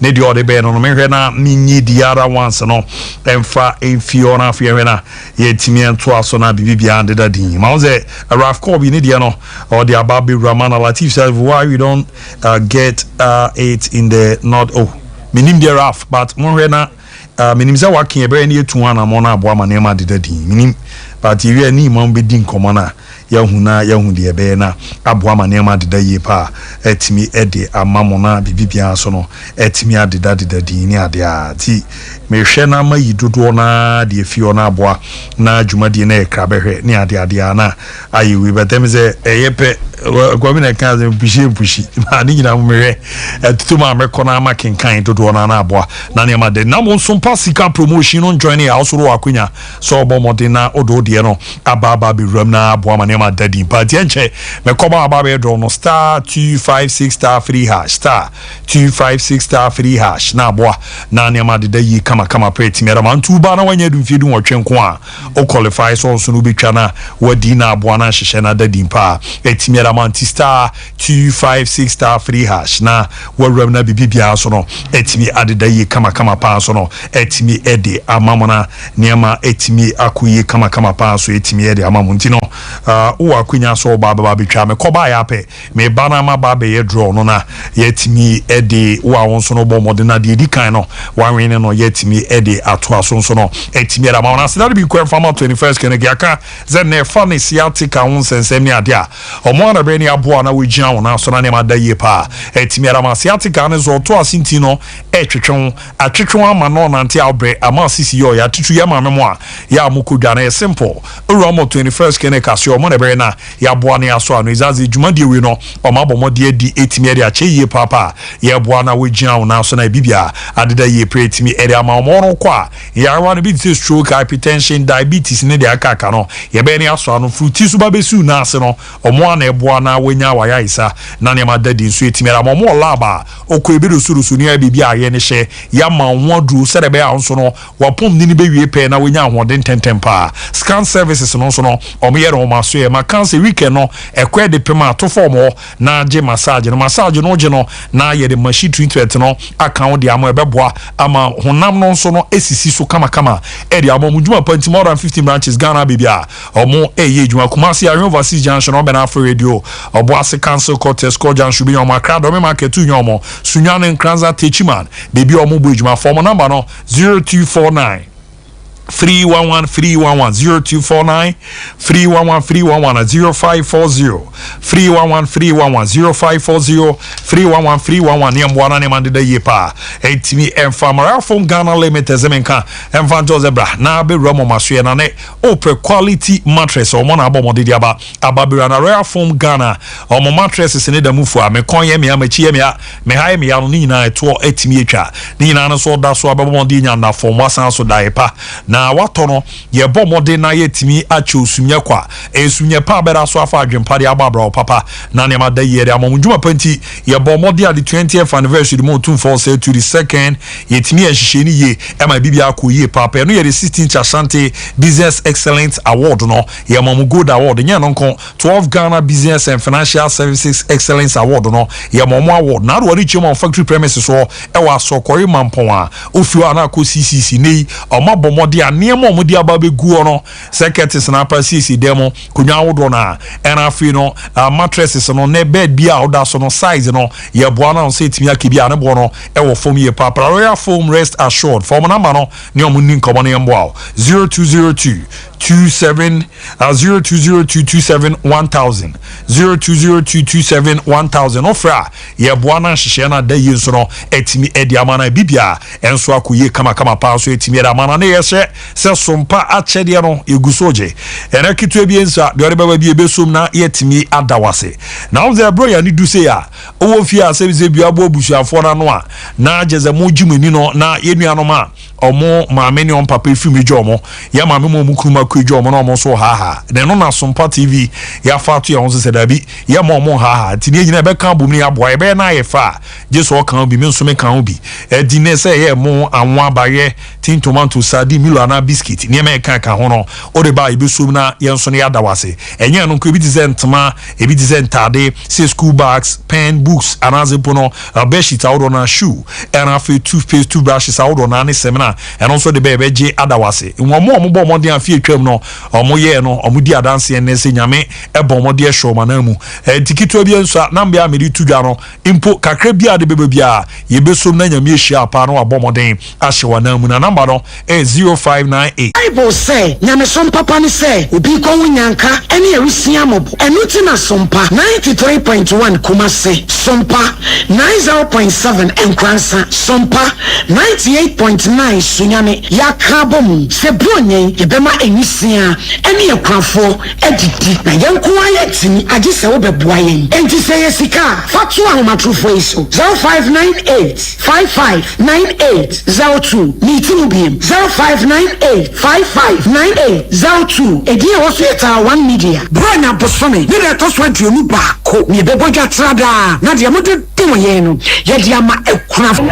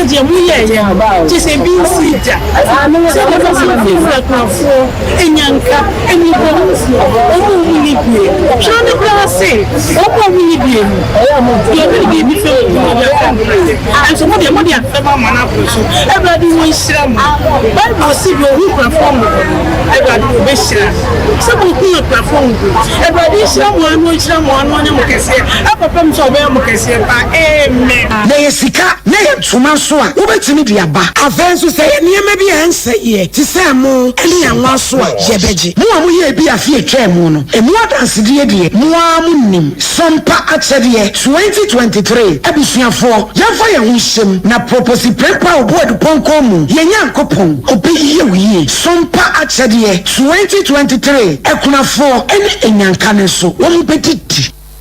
Hey, Sewa, me watcho. Me nanu me bisa kwa so kwa brochu. Kwaku, afraid I'm in the call. Then cut our cranny. Hey, any member connection man for den kofosi kedwani no yen otwe di musano. Oh, Express Group adalmenti. According to IF4, opese oti kwan kosua dia. Express Group do be call mind me to say Canada, US, Australia, UK, any Germany. Say a tour and say visit in Swa. Express Group do be call Dubai, Canada, US, Australia, any Germany. Mo amu pese mo tu kwan koye jumanso. Obetimi de wako Dubai, Qatar, and South Korea. If you also want to take international tests like SAT, IELTS, TOEFL, GRE, GMAT, they can help you pass easily. They can also help you secure a good job in the UK. You should make sure you Kumasi Asafule Runabout Accra and so Omuwa Carnation First Light, Tama Omuwa Community 18 Lashabi Girl Filling Station. For more Ahmad for ISO 055-555-0067 and 0249-000448. The ones that now from toothbrush no. Why and toothbrush no. You Ashford. Nah, you deny Ashford dear. That's so evident to know it. Who that the evidence, babe? I don't need Ashford toothbrush. Oh, sweetheart. Ashford toothbrushes no. They were the different types. She Abena Deya Mukuhi, Ashford Princess, and now Bra could do the so Ashford Galaxy. Would you na Irano so Ashford Evident? Media so Ashford Executive, and now Mamidia so Ashford Friendly. That Ashford toothbrush card. My dear, Ashford toothbrushes are who do dear. Eya papa, eya moto. Me to me bow do domi ye dani bia akwashisha ho. Ashford Prince, Ashford Princess, Ashford Friendly, Ashford Evident, Ashford Executive, ni Ashford Galaxy toothbrushes. Eya Fibo Ventures na kofabe daso. Eti phone 0241 545 646 and 0200 600 934. Ashford toothbrushes. They will soon need. Blakojo, what badia? There's some muna minari wadamfo e. Na mintumi no. Afraid is not coming home. Afraid what a wood jari wukunu. And it why better sano. Who can't tell us come prepare or buff for herba mixer ebreno. Or buff for herba mixer. Any he been them. Me so grassa. You know be more go. Kwaku net is saying. Enko ye bro. Jemi video mo ye me pan wo hu. E maybe problem no kan ho asem no. Enu bi pepepe. And na make say me de no. Me num or buff for herba mixer. And am tisi kinke. Sisi me sia na me tia hwe. Ne wife kra no so mu kakra. E to da no so ne de aba. Amankwada no era ho basa. Enti obofo heba Mr. no de ye be hia ne ntampa. Oh, me ye binu mu a bebo am pa. With the turmeric garlic, go to cola and a ginkgo biloba. Turmeric garlic wo mu. Ani e be papa. Enubra wo mu nti amwodi wo mu akasa. Aduro yi enye ma apemfo abata wo ma manufo ne nkwada wo nya mfi edumienu. Dodo a Last Chance Herbal and Healing Center. Pram 52 Pharmacy, Kaswa Obom Road. And the pharmacies in herbal shops. One contact is 0574 353 70 007 and 0531 541 755 or Buffalo Herbal Mixture. FDA aji ejedi nkra to yatum. We are back, bringing you the latest lineup from Betway. Betway starts strong with their front two, with free play Friday and swipe bet. I'm not food man. In the middle, you've got all the control with cash out and build a bet. Plus, with Win Boost, you can boost your sports bets. At the back, they have smart picks and the partial daily jackpot. You always get way more with Betway. And you wanna see.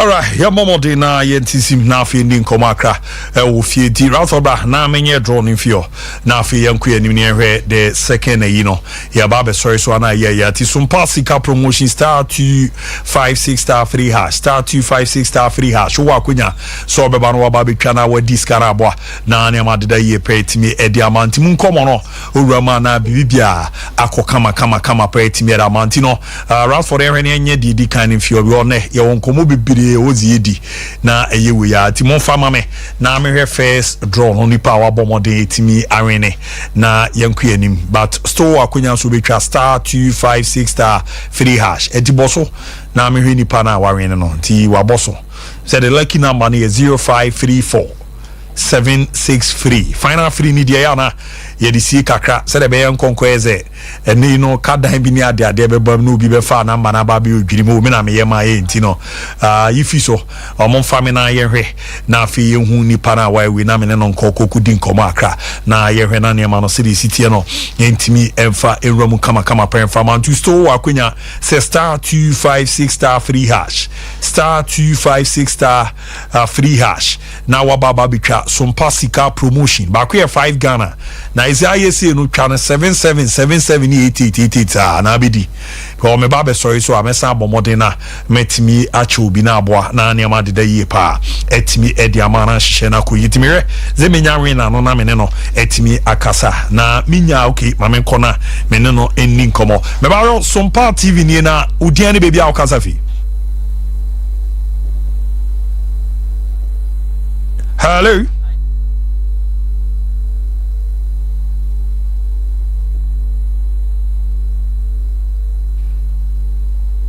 Oh.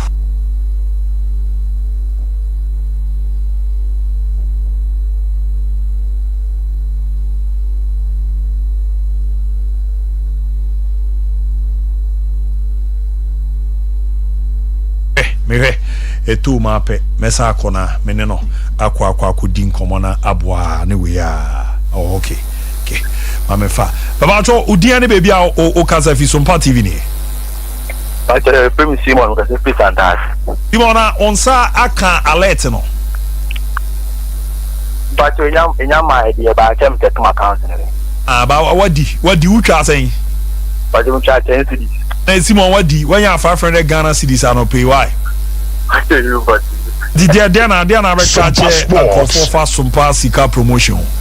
The Americans say no paper what we can be. Tisaka one also for guzu bia na tie ye na audience pim why? Thank you but you. Okay, the first one I'm on star 256 star 3 hash star 256 star 3 hash wa baba be run aboa ma niam ku yi kama pa so no etimi edi amana ntoto no enso etimi adadadina series city no CAF Confederations Cup Dreams FC ekoku gina metimi ede mo man Ghana na eba na wi na Club African acho mabo mo eka mienu a omo entimi antenti ohwe wo fi abehwe na game no wetimi enjoy kakra na won sere niam esi egwe we na game a na game ze Ghana teams na ekọ akọ bu ejuma den no maboa ma niama deda dia amen na so no mo pem so bia niama deda ye ntimi amfa momo a na chesa ade no ano edi ye papa ni nyina mo no ye hwe na yetimi edi awramu nti no dreams dia na me kam wi a me ba me dia ma so na ma baba beron nti Dreams Club African ebo mu mienu mo ntimi ante na ro ni suchi mo e wo the CAF Champions League na me dia ma ensu ro mo ni Ali Boboku na ensu Ali ebo me kam miensa me dia ma Boboku no ntimi ante nti nei o a group no se si kwa me say Ali ni Mediama group no Ali di kan 3 points CR Belouizdad edi o 3 points Mediama etos me so ni mani bi na Young Africans enso etos na omo eni mani bi na sare ye kede cho no e wo say ye ba na ye nyina kabum support Mediama e won patamu anti no ye ntie wimra ye koma penafi nsem no de akibia ato aso ye de amamu. Want to see me there, man. Football loving people. Football is coming home. A great day is coming. I had the CAF Champions League 2023. Ghana champions, Mediama Sporting Club, and the CR Belouizdad from Algeria.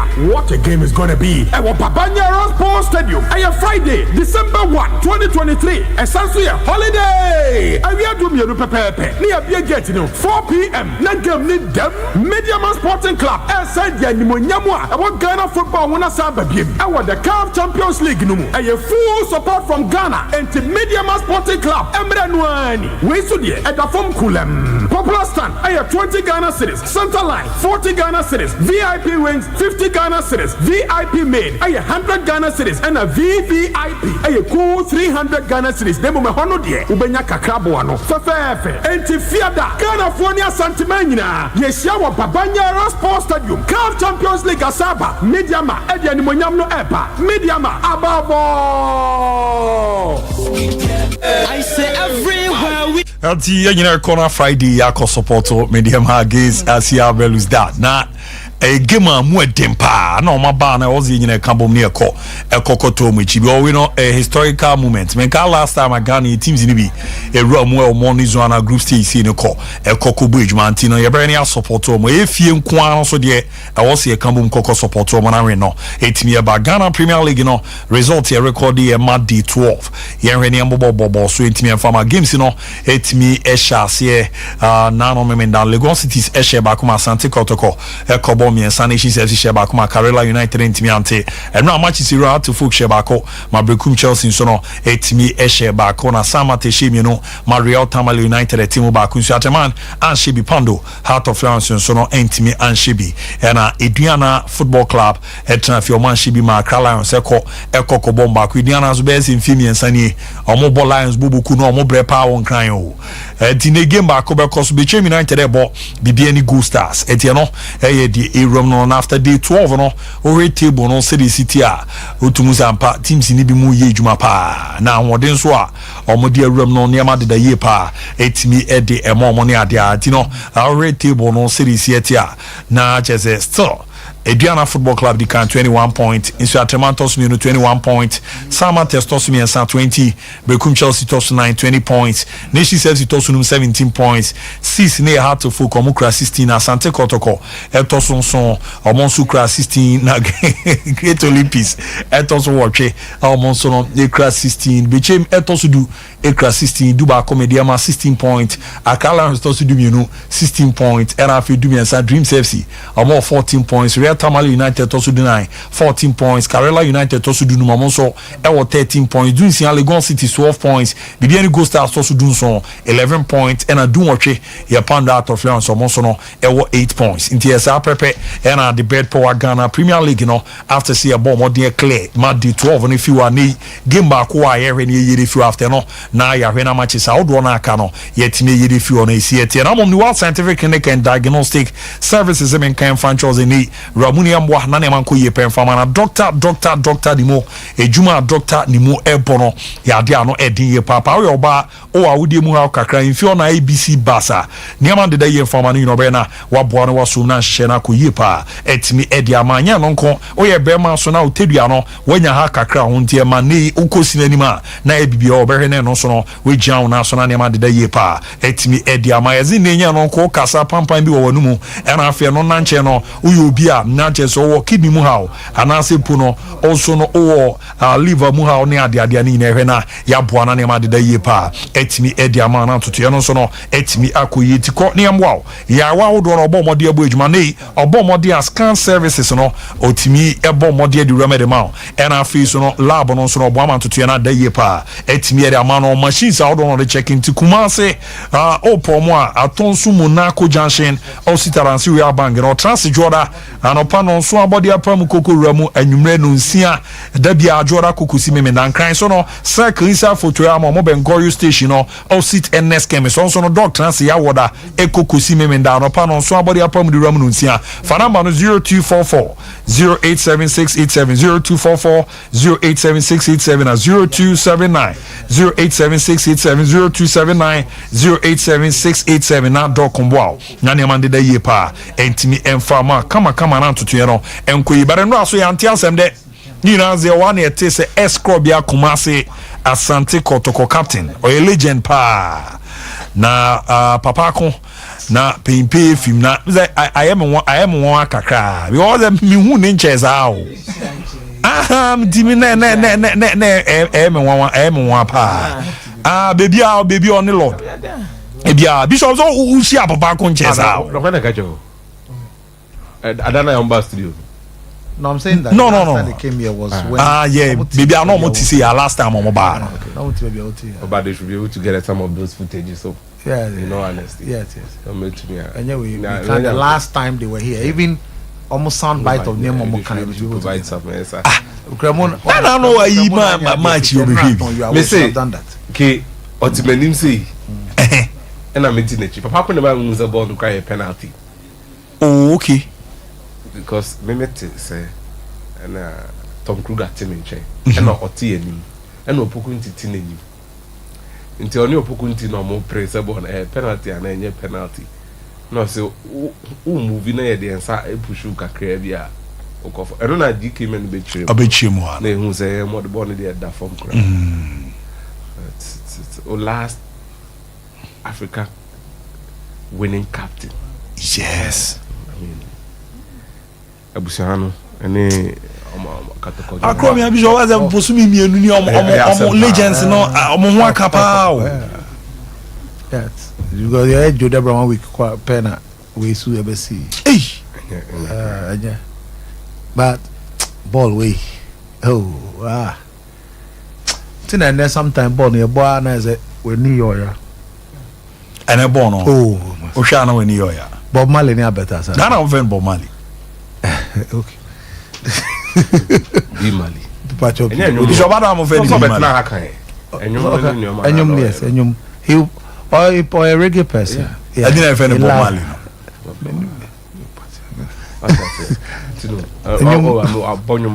Yeah. Obet what to the actual.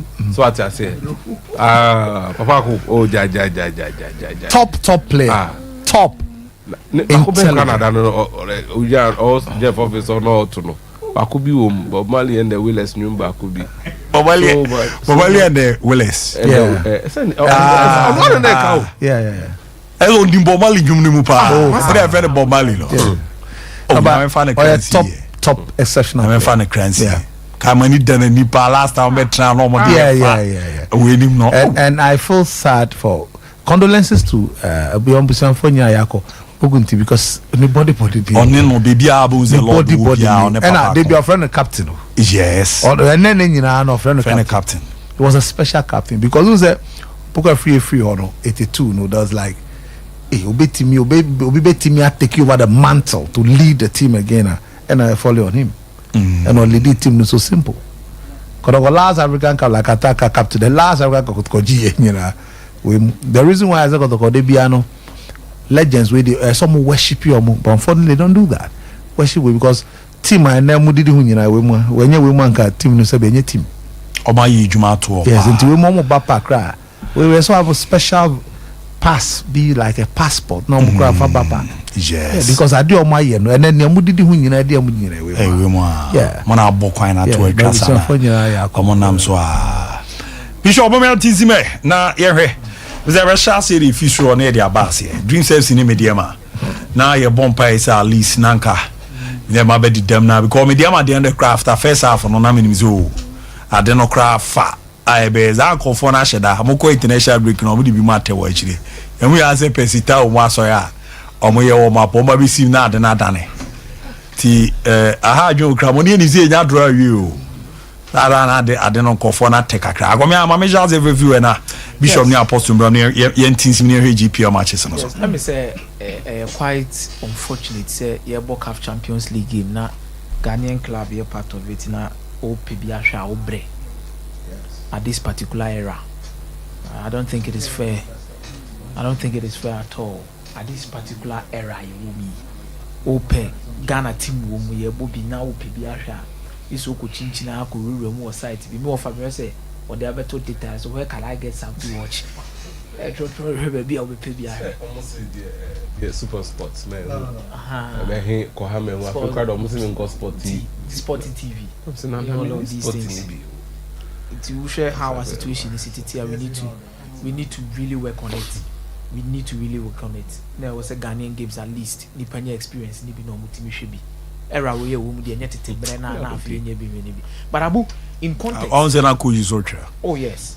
But in context, mamidi can share say this particular thing say how na me how me dey am be set up. On said definitely how I be set up and they be prove ya the way you want to approach the game. I think say setting up in a 5-3-2 formation for Mediama. Now me are quite encouraged because odi bibia tunse ne ani a Alali ne Mediama Gabo. Alali more or less the Real Madrid as a Real Madrid that wakonya ebia Sheriff Terrasport. So ne Real Madrid de ba bebo. That was Santiago Bernabeu. You need to do a lot to make sure say how our team no be structure more defensively.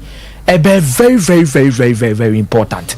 So Oshe at the back line with Asma, Kamadin, Musa, Abdullah, Fatau. Then in the midfield of Orega, Mante, Kujo. I believe Sen almost set up in that particular 5-3. They're very great. But another issue near say defensively, no structure say now attack and when you're in possession, our structure they say most of the time about foot teams need be been able to call with a 3-2-5. A trade they will build 2 midfielders, 5 attackers. Ubetimi call with maybe 3-1-4-1. Ubetimi anything in terms of your structure when you are attacking. But Mediama defensively they were composed first 45 minutes 5-4-1. It worked so well man for man, not necessarily zonal markings. And they made sure some Betima Peke Alali player be bako so. It's now ma Elali quite slow in terms of build up in the first 45 minutes due to the defensive structure of Mediama. To be how almost prepare ball and just to find at least a loophole and a space. And Omunya be there, but Omunya be Felix Chain was on top of his game now down in the first 45 minutes. And when the composure in the post and any anticipation in the post reflexes on point for Mediama in that particular first 45 minutes. So main kind of some defensive structure, or more how almost set it up with formations. Personnel or use in that particular kind of formation. Bibia in terms of defensive Bibia with the goalkeeper no, the first half they were there and I would say it was okay. I wouldn't give it semi rating in the first 45 minutes over 10. I'm marking a 6.5 over 10. Say they were solid enough. But Abu Okoshe in terms of attacking now and I make attacking structure no, it was so poor. It was so poor. Mediama Jebona when they are in possession omunim de omo de bone here. 1-2 near bonnet to nobody. Number one asaba. We are sana tembi the pressure also. But if you have a plan to defend, then you should have a plan to attack whenever you are going on counter attacks. And already we are no more part in the city na. Na say kwa one way be say munya ball na the bottom. Your strikers ne back of Uronya ball na the bottom. Your strikers ne back of so they were doing it time and over again.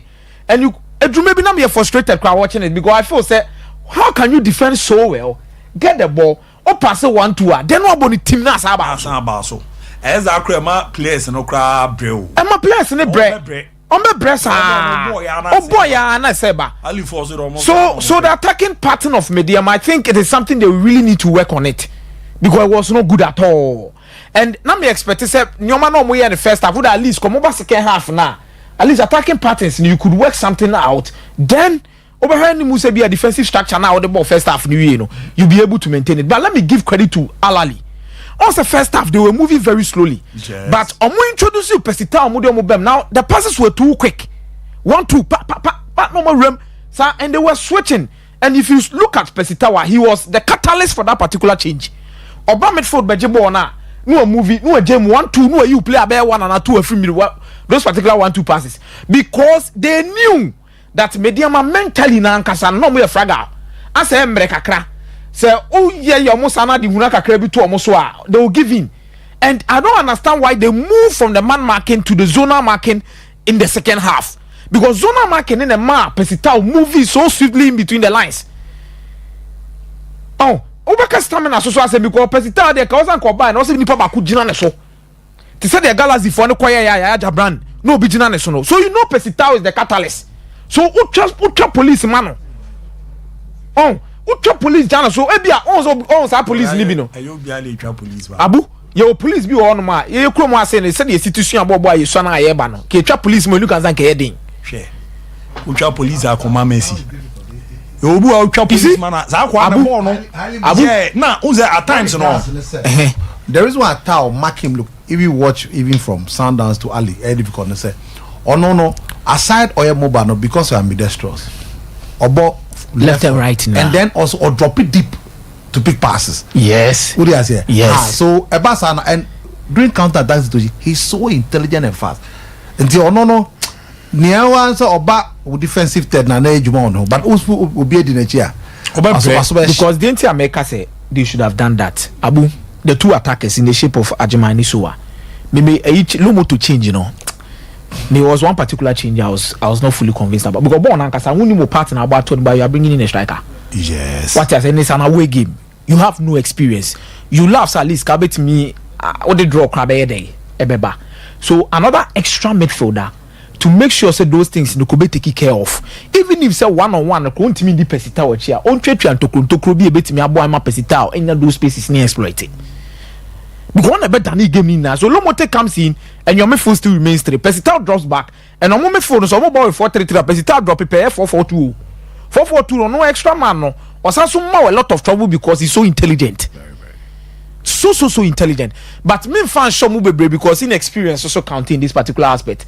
You felt that the defense were very weak, and if you are going to pick some key players be within this team my man commended on right back Kamadini Anna Nuruddin he was Anna Felix Orega showed glimpses but Orega as a time now no dinana na so bebrebe no edru maybe na stamina no edru maybe na stamina na ha oma koti goals no so na goals na say last agaleti aduana koje say oh aduana last time teams in the corner of Africa aduana koje 6-1 oh yeah na has so je say era we akoye free so the first half they should the second half no mobile and they show the difference between the top side Abu and they show the difference between the top side and a club at least of the bar I really ko for Abu Trikabo era chaba boku pija boku sis chaba for the share with sis na we na ahanomo pedo mo nsa dey hey you see all says I do we say e bi ko see Nancy Ampem da kwa Cup Champions League go bisa ko ti omo sa na mana so pedo mo nsa one pass oh that munyinate and quality abu quality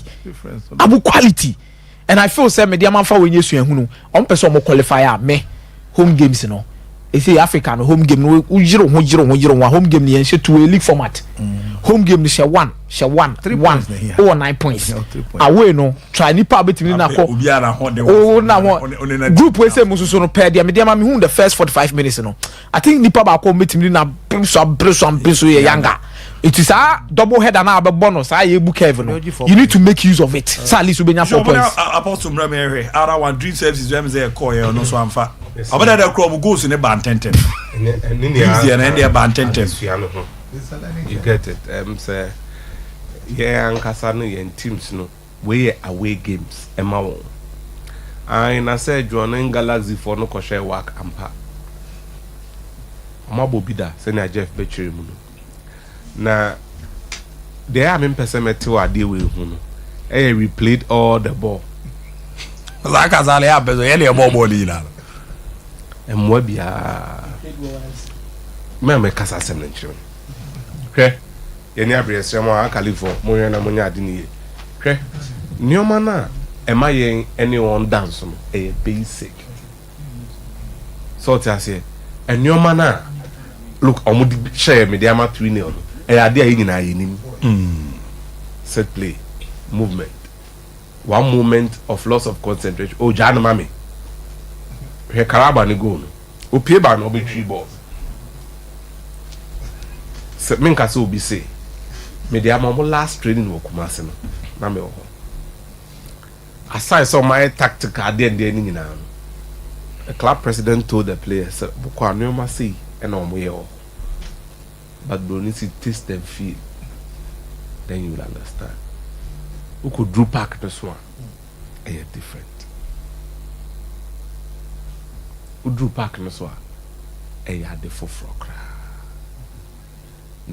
It's a good learning curve. The more GDS said the outcome, Mediama will make it out of this group because of the other results. They can. Me wo GD mapa.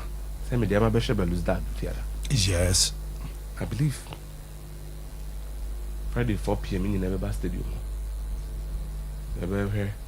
Say holiday, Farmers Day. Yeah. You should have an Equavoria. Obia Amra Stadium. I'm at town with you. About to say Ghana Nenya. And you come see Nenya. And I think the Catania the partners also they are all want to in my way. So I say into a sunflower we and dance. It's different. And I'm optimistic. Say Ombe Naman Faba Stadium ho a sentiment to a town on the cheek. Omufitakwa. No my best you are. Amu GDS Kumasi Bejo. Oba Anjo. Nti adenti na eni se okota omachi. Osama Ajimi. Ajina nti adenti na eni se ebi mom. Of course. Of course. Of course. Irabadi. Nti sanity. It's an advanced party no cry Belizard for no more advanced party by do Kuma ene. So that's how they organize. So but about the North Africans in there. Sikano mo wona. What I say? Sikano. Who the plans? And the personnel. Bishop me will be bad. Then I'd be plans no more juma. I'm also very careful in the Premier League now. Well, like attack. What question be a deception? Like attack kind look. The point is that me pese me dwelling too much on the loss of media. The reason they said you akomia da obi no akomia say e kwan no between the two of them. E wa media no kwa watch and look. This is the most successful club on African continent. This is the defending champion, 11-time champions. What do I say? So and this media must first time. Of course, mistakes be omuye bakum, you know. Truly Obeka say due to inexperience and I expected say Obey such mistakes avoidable anyway, but because of experience no Nino and then also playing in a stadium like this overwhelmed by the atmosphere and BBR naturally Obey such mistakes. And so coach no also church coach Nankasa this is first made an experience at this level. So it's unfortunate. Omako Luzi. It's just the first game of the group. What it means is that 5 matches. Yes. Beluzda Shayanga 3. Near here say Friday, media must share Beluzdada. It means that media and Beluzdada were the same points. Yes. That's what it means. Ali the omu free because omu never be boha by the way trim. Now near who here say the display of the team the first 45 minutes say more positive. Some GDB said if we are able to hold Mighty Ali 45 minutes, DNA next time the ball in 90 minutes near bond about 45 now. A DNA say twice we copy 90 minutes. You better me beat this opponent when we meet them again. This experience, lessons, mistakes, coach, someone making sure someone correct, players from this. Going to the Beluda way a Friday way, a must win. When you're subject to negotiation, a must win. Media mabeti miashe Beluzdad. And Tiomusha Beluzdada, it means that mark of 3 points. Beluzdad next week and 2 games here born. Beluzdad was 3 million must was 3. Now if you more down. So they say. So Yanga are playing Ali. That's a bad news for Yanga.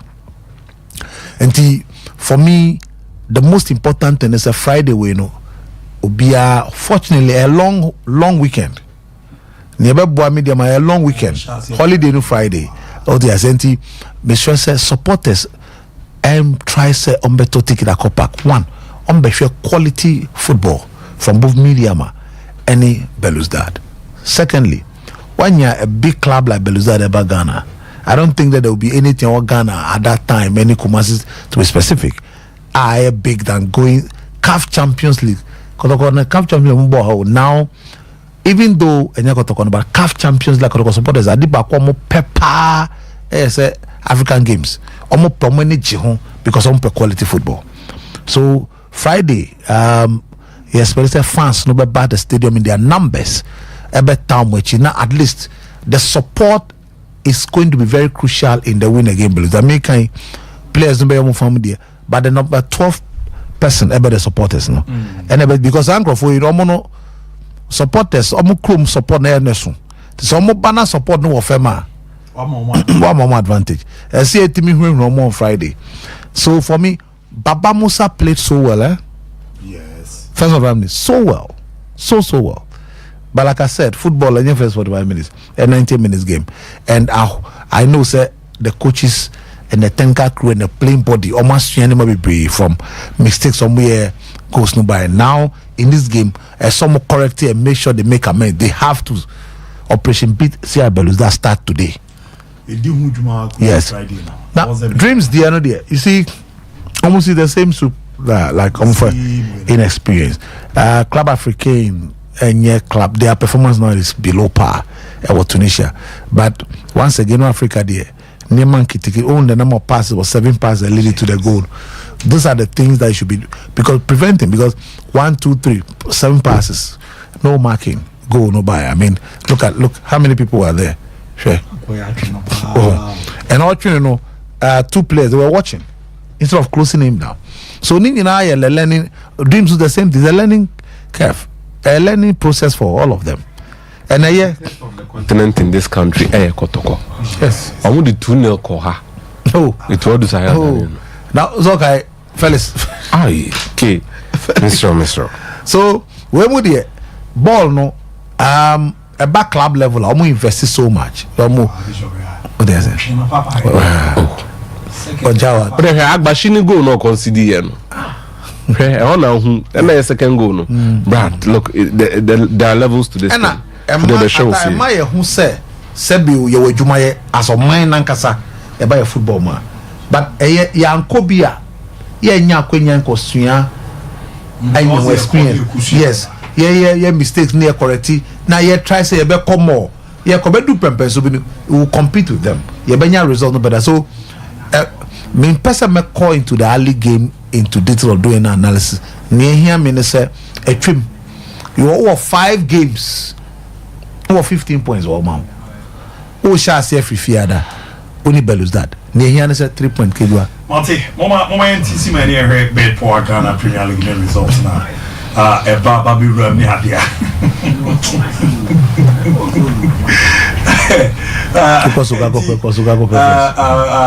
One action. But still, I may check scam. Mummy star 256 star 3 hash star 256 star 3 hash. Now more money man the year. 18 year from Mamdi Bishop. I mean, look, they are boogie side. And I just so much no matter said, Diana Lusu 1-0. And just yeah, bisa Madridista. Boy, the football they played there. If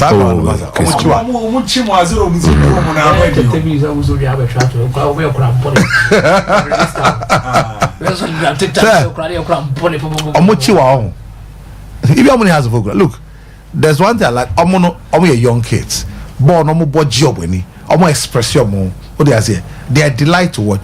Until say, I do a be inexperienced. I can't hold it. I can't. But Abu, I'm mudena, I'm mutra. Rebel, and I'm our energy. Yeah, they be all in with it. They be almost very good. Now, only one thing I hear unique about mother be a team's wrong. What they are show you know when you say Okunya draw Breku, I don't be your draw Sunyani. Yes,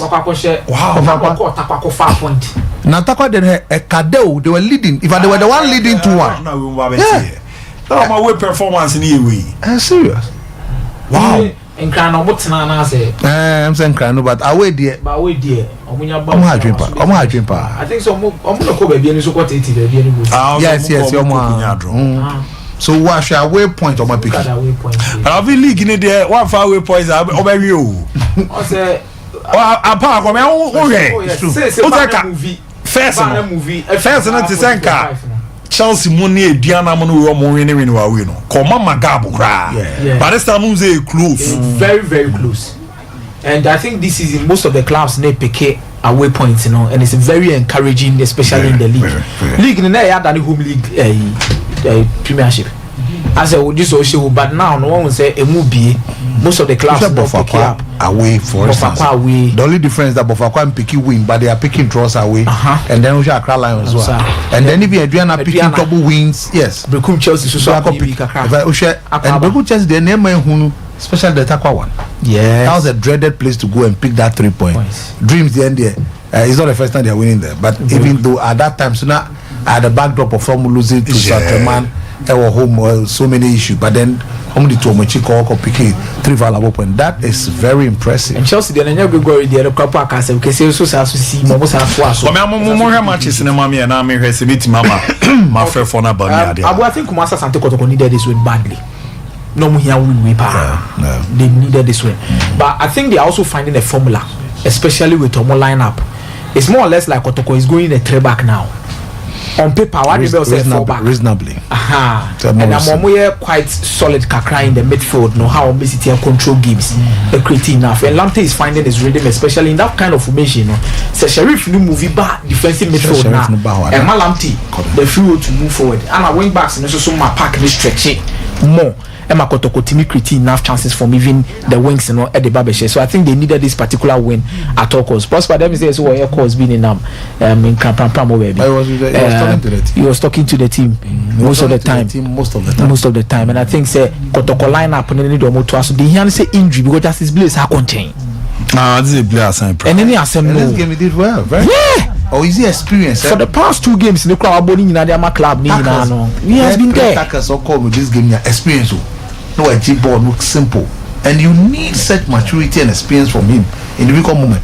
And Zagomia, I think Korokopria should be said Babaya and yes, Lamptey. Anytime they play, I don't share creativity more to Lamptey to Mukwala, and Lamptey is finding a very good rhythm. And with Mukwala. Also, that formation, Oba. Definitely no. A better 3-back now with 2 holding midfielders. And Morrison could literally drop into it. Then Ubenya double number 10s within that particular formation where Ubenya Babane Lamptey. And some double number 10. I think defense bear a lot of ABO meeting. But I think Kotoko they needed this win, especially coming into the game against Bekum Chelsea. Only Kotoko Bugi side Kumase. Once again, it's a free kick. Was a Michael Abe and Wijuma. Only one player jump. It was again and again. I said, I had the Abe. This is one free who will be on him Boka cry or Bofas. But Mukwala, I'm happy for him because he was struggling. And this game, all the 3 goals, the involvement was. But the second goal, for instance, the first touch, the pass from Lamptey to him, the first touch, was sublime. The first touch was sublime, and for a striker going for placement, I mean, angle and the shot. That's what matters. We for instance, he need this or it was good or here we to. But I have to folk go so mo consider mo fan to many rich money. Some go na has to folk consider. As a goalkeeper, Ajena Diana Mope. Ajena Diana Mopa na so no correct. I ready referee now mba abeni na player and pass ball na say because Ajena no more rush referee no. And I want go ne be zo wen. Ba musima yen kebi. Ese so go pass ma be share. Dabi na minimo but me ti ase. Obaba be na ejuma. Ba mi ni Obaba be na ejuma but. Ejama referee but it was a game for the goalkeepers. Amu me nyina cost omo teams. Omo da go so pa. Send that's football. What cost omo? This one you cost on the cost has. Then you are down. You go to discount money. Discount money beside that one you be no because we in pabon. Oh yes. When there no. That's how the goalkeepers are. No crave all no keepers na me no mo yejuma. Oh me yejuma pa. Me yejuma by almost the cost. I don't for that love any.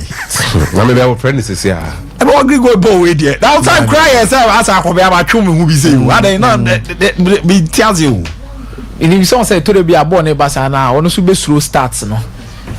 Especially player now with this speed, Gideon Asante ban obehwe power. But as a goalkeeper, they need to be brave. Move, open up arms, and you need to be very brave. Open your body up to it. And that is your box. The whole box, your area, command, control it. Your box, so you need to control command. Player no chese or nyansa ni ball no ball. Yawo juma.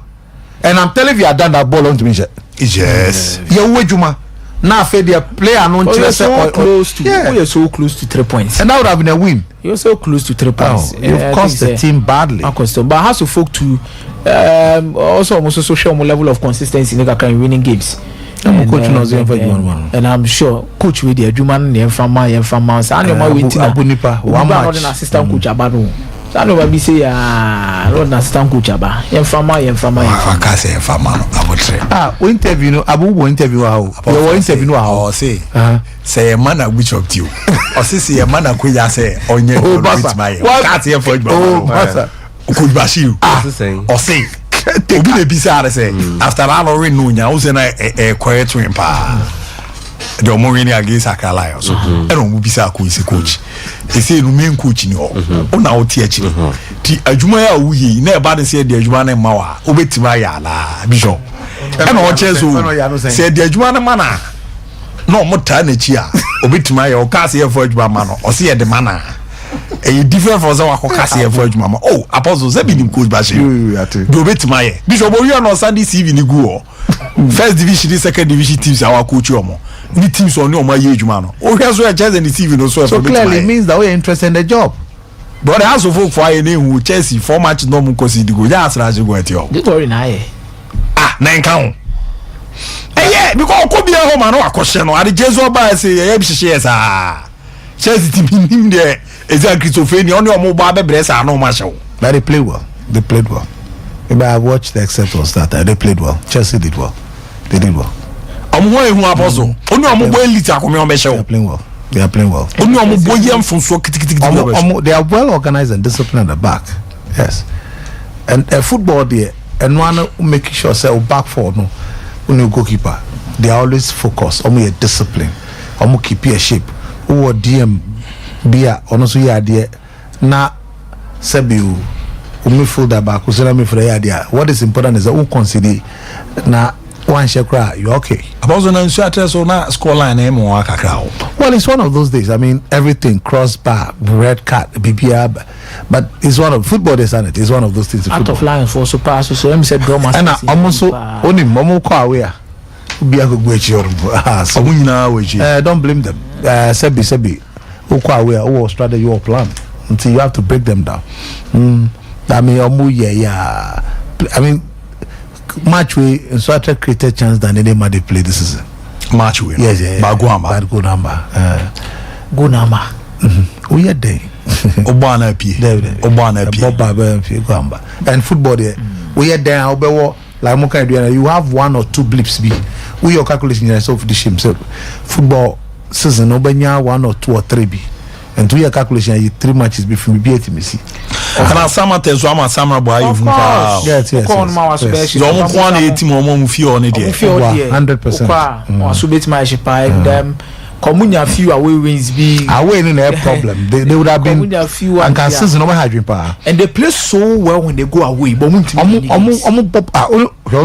no Olympics. I mean, Amando, you know, saying the quality no workshop. They play so well in away games. Baba Amando. At the moment, some of them, Mammy, no sky only about Premier Baba set on $10. Yes, and made them say away games. He's a very good player. He's known by everybody in the country. And you see him no. Team Papa be or Chroma be anymore. Good player. Bishop Martin, you be share why. Ma me hwe na me nye the final draw coach there. Coach Coach Bashiru. I asked him now. Says I will still believe. And I coach back on. And your neck, we so see if I could Bashiru. Oh, Apostle with my own family. Okay, you only. Why are they? Oh, Zabina Kumia still Umuso. Oh, Mina Kumia. Oh, or see you have a final draw star 256 star 3 hash brother betwa final win na dia na mboa na ko anim na nema de da ye paint me from antia che me bana mababe ti mama mo mre kakra na mo no asedana kwen from True World product ni ya True World Vision capsules na ba wo ye bia wani no wo ha kakra me pa chu ram ne mboa na nema de da ye pa emfa ema kama pa ze na tenancy so nema nko ye o ni proof so na ye kokoni na be na ya bomodi ni timi asoso na nema adeda yi nso na etimi edi amanya no nko eno nso echi no endo edi aba no bi eye prostar leaf no eye mema ye dro prostate no waka obomodi na unye bia ni nyina be na etu ase na abo na hihye na dadi impera mana me fortes no meme dro be ma hoden aba form wakono na aba form eno nya me fortes ni bi na aba ebo ama nema kuye pera mana ye joint fortes so no etimi aba ebo yi ntini mu uye player wakwa kobobo ama nompi no aye bibia wa ni nyina be na abo na so ejina na so na nema kuye pa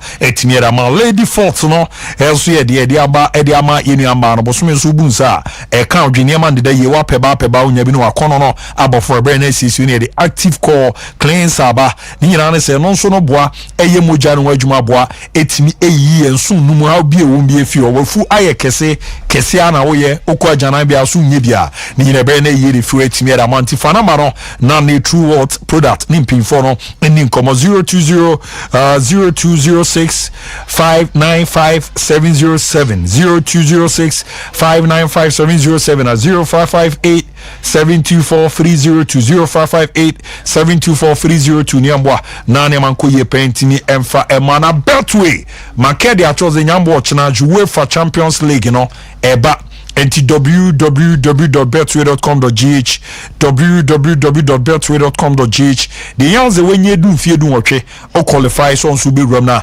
wetimi akwa be djuma na abo na ne ma dadi imperial mana ne the golden booking code ne aba o site obebu atwa 100% o click so say pe na yere ama enyi bi fimu emfa bi nka ho utwa na chese udi a unye sika bebe wandi so a ye bo modern sika na ye sand them back ntiko na koko ram na hihye no nko ye kama pa ntimi emfa ma ntimi na me final draw no menya ansa na mapija me ntimo mfa na me hu de ni orin na me komanim na bibibia ntimi endeda de Sompa sika promotion fa code no star 256 star 3 hash star 256 star 3 hash e di rafa boso na ye hwe na no na afie nko anim na me no cry mre lucky winner no 0553 612 0553 612 ono na lucky winner no diere etoma na me ne din koma na afemine no ewie kra na yakwe nim na bibibia enso etimi adeda ye kama pa etimi e de amano so far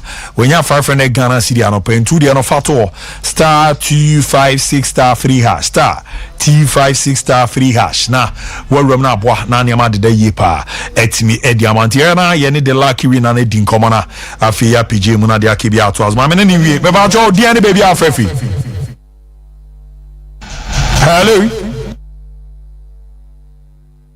Hello. Baba cho diane baby afefi. Me hwena ka mene no etimi ato ase ne edin komobat niam sheda ndidam eto ma pe me sign na kona ya bomode na ya to aso na ayi wenti kra de ma me fancy na me ho na ye mpege mu ne enkona de akebia eto aso fam exactly 12 news at 12 no ebeba na ababe ramu etimi e de ama baransa na no ye hwena yenti wi na ye kwede ba na afidi akebia na ababe to aso e de ama mehe na afi ma bomode na eno na to aso kama pa etimi e de ama mansana ya pg